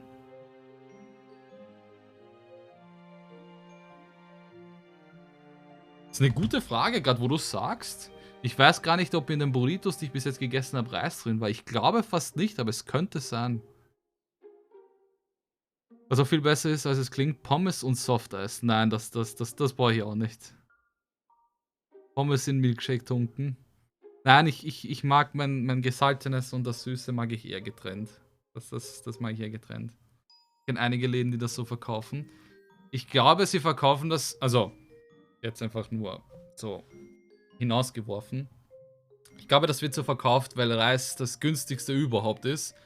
Und ehe du einen Burrito mit Fleisch oder mit Soße, mit Gemüse oder wie heißt der Scheiß? Hummus oder Hummus ähnliches? Was gibt's da Mexikanisches wie Hummus? Füllst, ist es einfacher, du schmeißt einfach Reis rein. Es gibt ja auch genug diese Dönerboxen, wo nicht Döner. Hatte ich das in Dönerbox oder im normalen Döner? Irgendwo hatte ich auf jeden Fall. Ich glaube, es war im normalen Döner. Guacamole, danke. Danke, Guacamole. Ich habe Guacamole nicht. Ist mir nicht eingefallen. Danke. Danke. Die gute Guacamole habe ich vergessen. Ich habe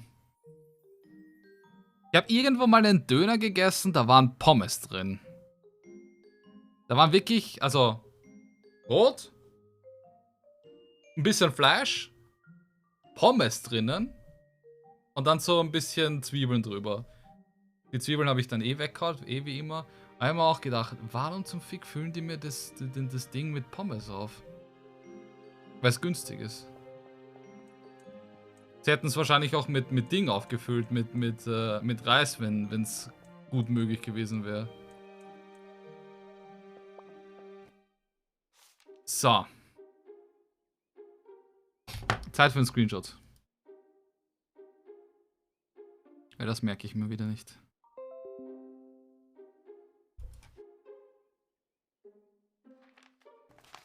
So, ihr wollt von mir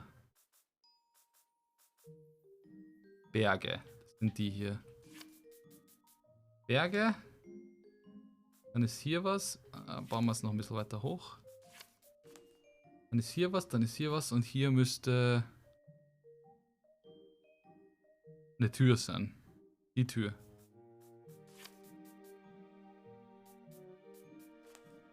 So, jetzt muss ich das irgendwie so bauen. Dann baue ich dich daher.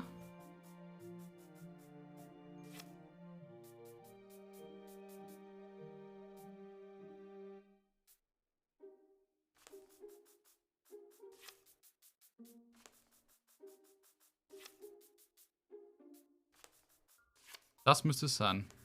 Richtig? Ha! Fucking genius! First try.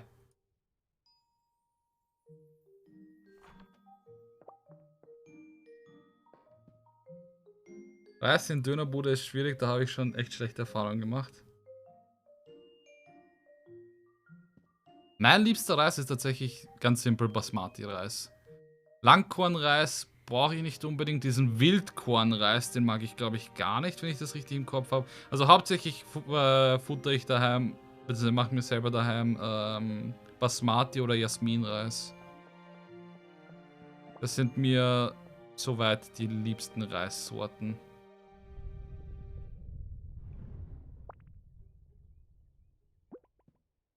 That's the door, you found it, let's go! Wow, come on, Carto! Ein Aufzug, okay.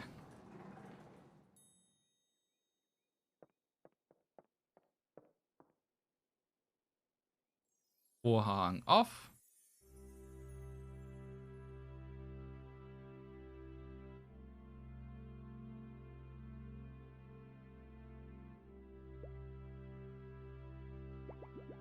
Whoa, I've never been this high up.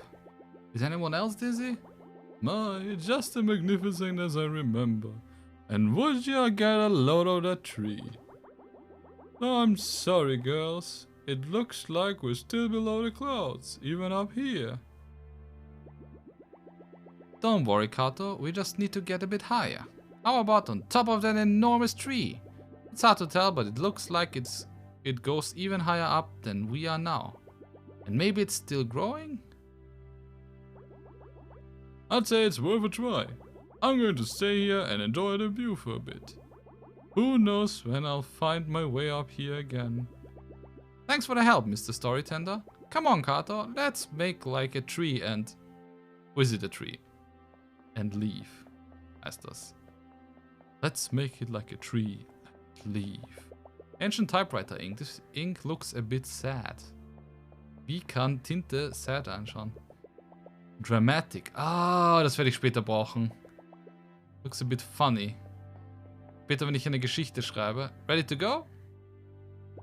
Warte mal. No rush, enjoying the view, my stomach less so. And wouldn't you know it, I forgot my sunscreen. Ah well, burn baby burn.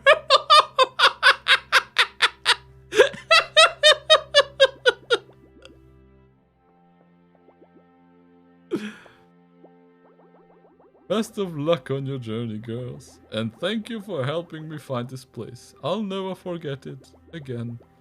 Time for some elevator action. Danke und Reis finde ich schon ziemlich lecker, aber was Martin und Jasmin sind auch vollkommen fein.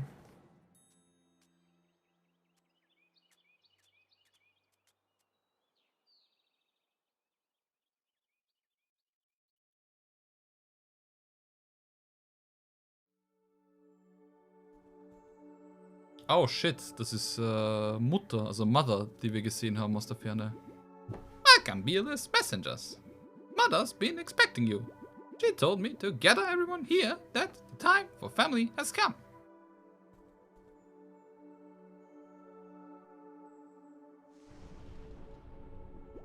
Mother says thank you for your help in her rebirth. And now it's time for her to help you. You may enter her embrace.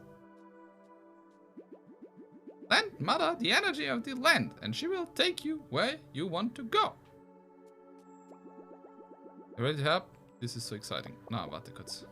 Take your time. Wo bin ich? Okay, ich bin hier. Aber jetzt noch nach irgendwelchen Secrets zu suchen, ist, glaube ich, ziemlich unnötig. Ich meine... Achso, ich kann das sowieso nicht mehr auseinandernehmen, weil das alles zusammen ist. Passt schon.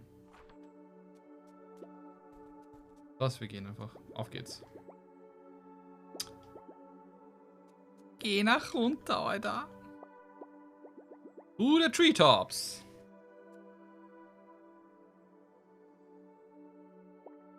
Wow. We're so high up. Is that my island in the distance? Wird runterfallen, oder?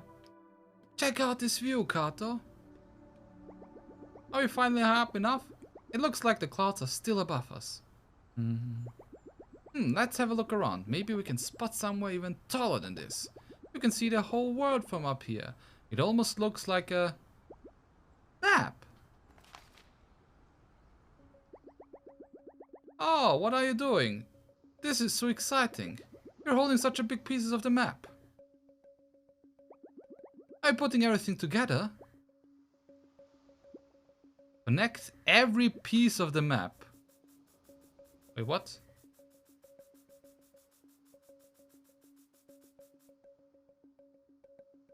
Ist es soweit?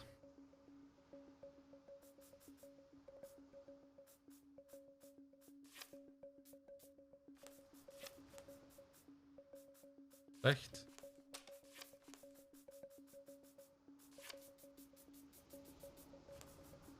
Da müsstest du. Da kann ich dich nicht bauen, da kann ich dich nicht bauen. Ich kann so hier bauen. Schlecht? Nein, das ist gut. Oh. Ist gut? Doch, es ist gut. Ich den Aal hier so rum fertig bauen. Schaut der Aal halt in die andere Richtung.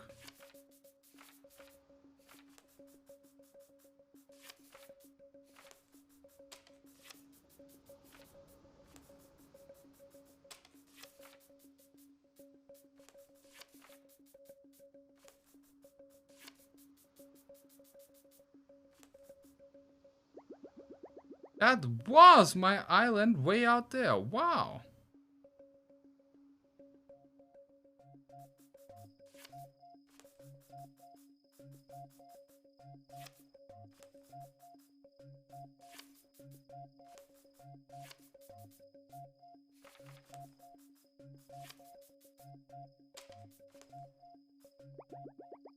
Ah, that's the grassland we first sailed to.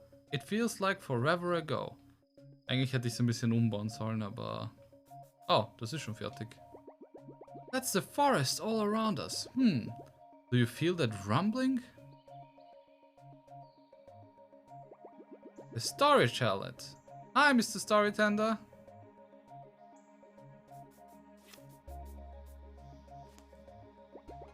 Is that the desert you traveled to? It's enormous. Oh, shit.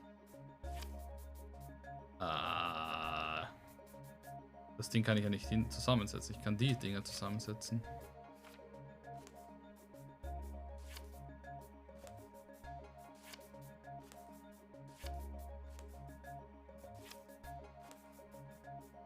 Wait. Geht das? Geht das? Nein, es geht auch nicht. Hä? Oh, wait. Die Mountains.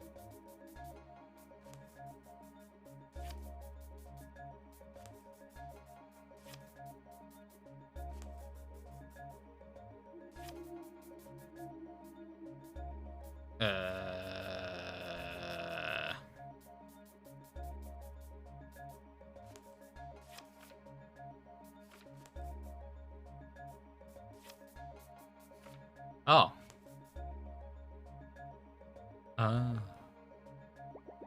The volcano, but that rumbling is getting stronger. Is it going to erupt again? Und jetzt nur noch das Eiszeug. Oh mein... Okay, das... habe ich befürchtet, dass das noch kommen wird. Das hier wird mich umbringen.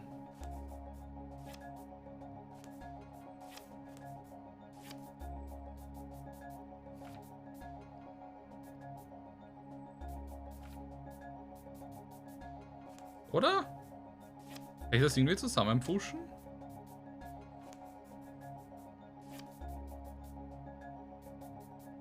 Oh, kann ich. Okay. Das geht sogar. Never mind. Schaut hässlich wie Sau aus, aber es ist mir wurscht. I really miss those Iceberg pups. But Carto, that rumbling is getting serious.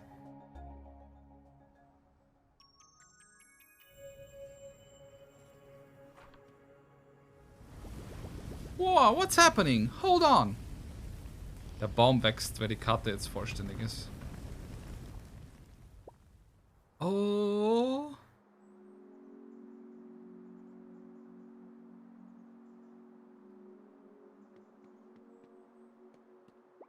You did it, Carto. We're above the clouds. Can you see your granny?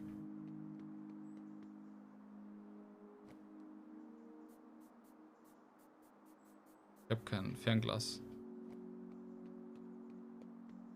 Kann ich da irgendwie durch? Your granny must be close by.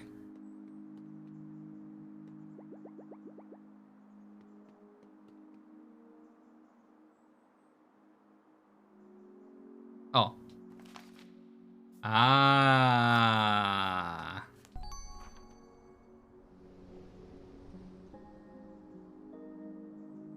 Yay! Granny! Carto, my sweet. I knew we'd find each other, dear girl. It was only a matter of time. Or should I say, a mapper? Yet. You've been so resourceful to track me here. And you found all the pieces of our map. A true master cartographer, just like your granny. And who's your companion? Hello, ma'am. I'm Shannon. I would say I've heard so much about you, but Carto is a little on the quiet side. She's the best, though. She's taught me so many things, and we've been so many cool places. And. I want to hear all about them, child. But now that we're all together, why don't you show me a few firsthand? We can take the airship and we'll use the map that you girls recovered. You can introduce me to some of your new friends and take me to your favorite spots. Jana? Thanks, I'd love to join. Lead the way, Carto. Heißt das jetzt, kann ich überall rumfahren, überall rumfliegen und mir die Karten aussuchen, auf denen ich gerade unterwegs sein möchte? Jetzt erstmal Credits. Oder?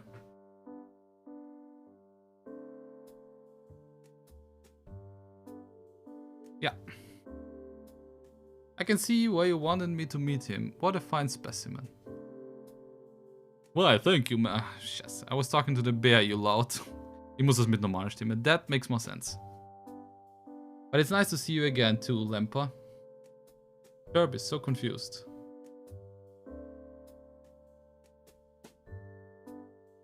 I'm just so glad that we are both back to our precious girls. You said it, sister, and what a little slice of heaven is this.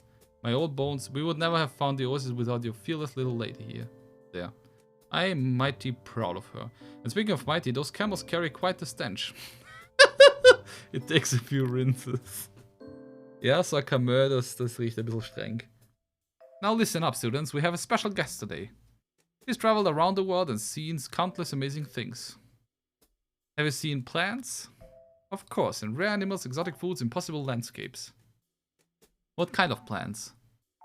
So many kinds. Sprawling vulture vines, carnivorous cacti, and even an invisible orchid. We've seen those already. Ooh, tough crowd.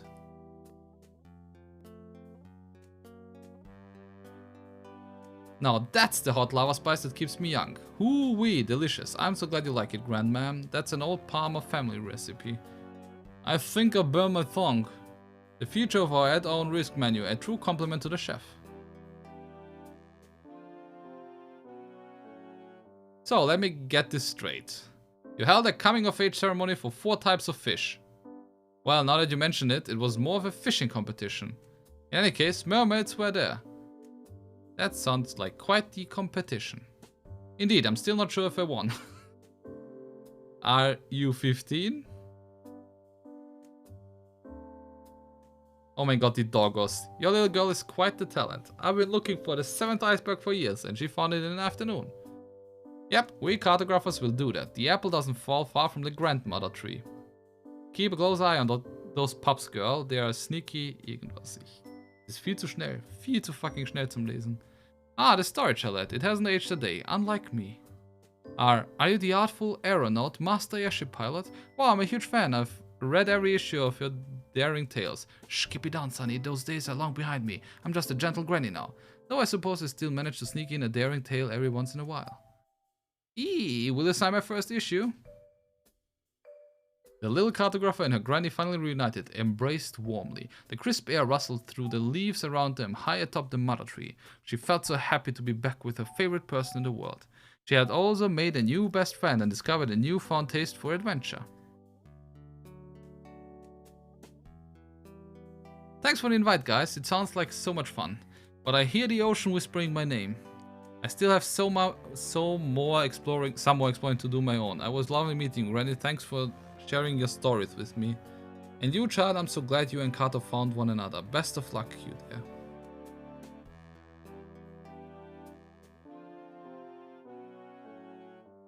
I'll miss you so much, Carto, but I'm sure we'll find each other again soon. Best friends never stay gone for long. Carto and Shannon. Tschüss.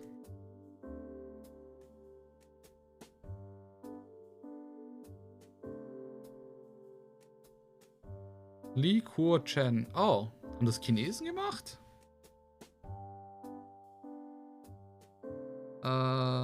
Carto. Okay.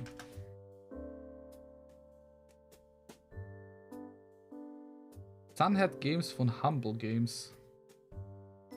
Okay, Sunhead Games ist Taiwan. Ich bin aus Taiwan. An independent game studio in Taiwan. We made Carto, A Ride in the Mountains and the Swords.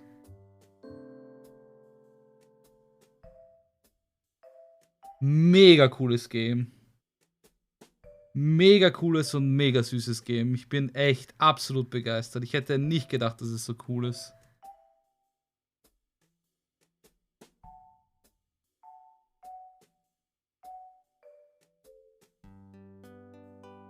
Das war echt cool.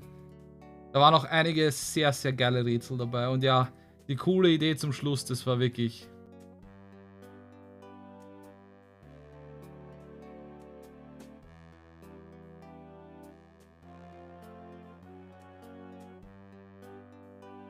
Ich bin nur gespannt, ob es irgendwo noch so Hinweise für diese Puzzleteile gibt. Ich bin echt baff, dass ich nur ein einziges Puzzleteil gefunden habe.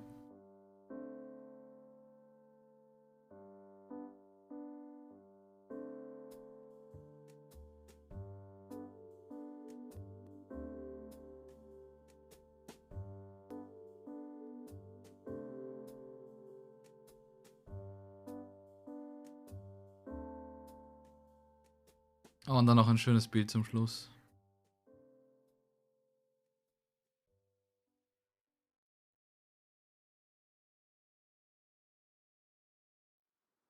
Oh. Ah, der Brief kommt zu ihr.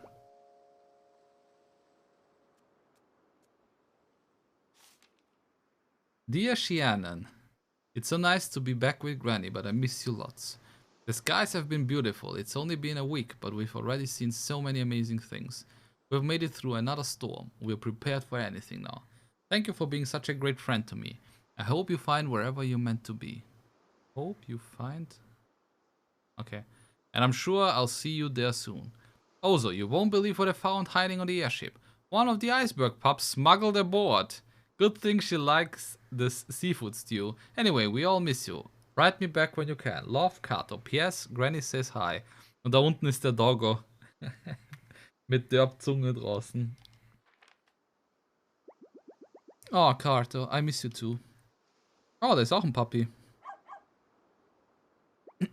Huh?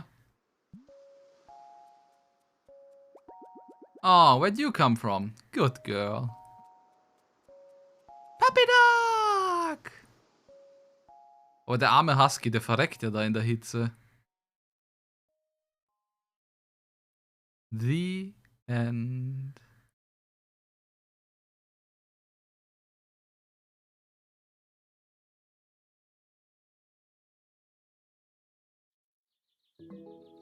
Chapters mode unlocked.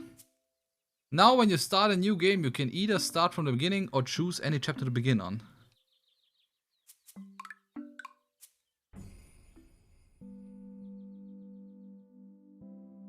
Ich müsste jedes Kapitel neu spielen, bis auf das letzte.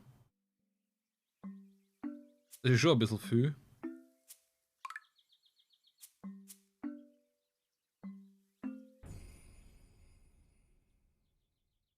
Was passiert, wenn ich das nochmal starte?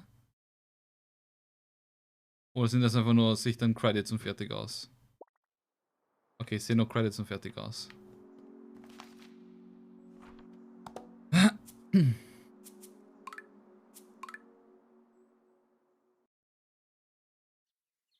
Also ich weiß nicht, ob ich unbedingt alles nochmal durchspielen mag. Um die Secrets zu suchen. Ich müsste wahrscheinlich komplett alles machen.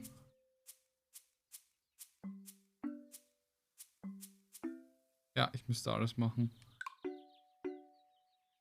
Na, I'm good. I'm good.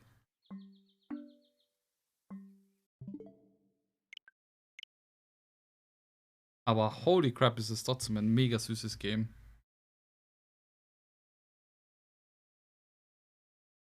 Ein echt mega süßes Game. Vielleicht mache ich es auf Stream. Schauen wir mal.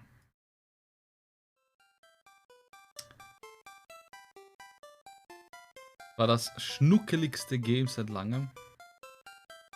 Also ich glaube, Dosso würde dir widersprechen. Ich glaube, der fand Kirby schnuckeliger.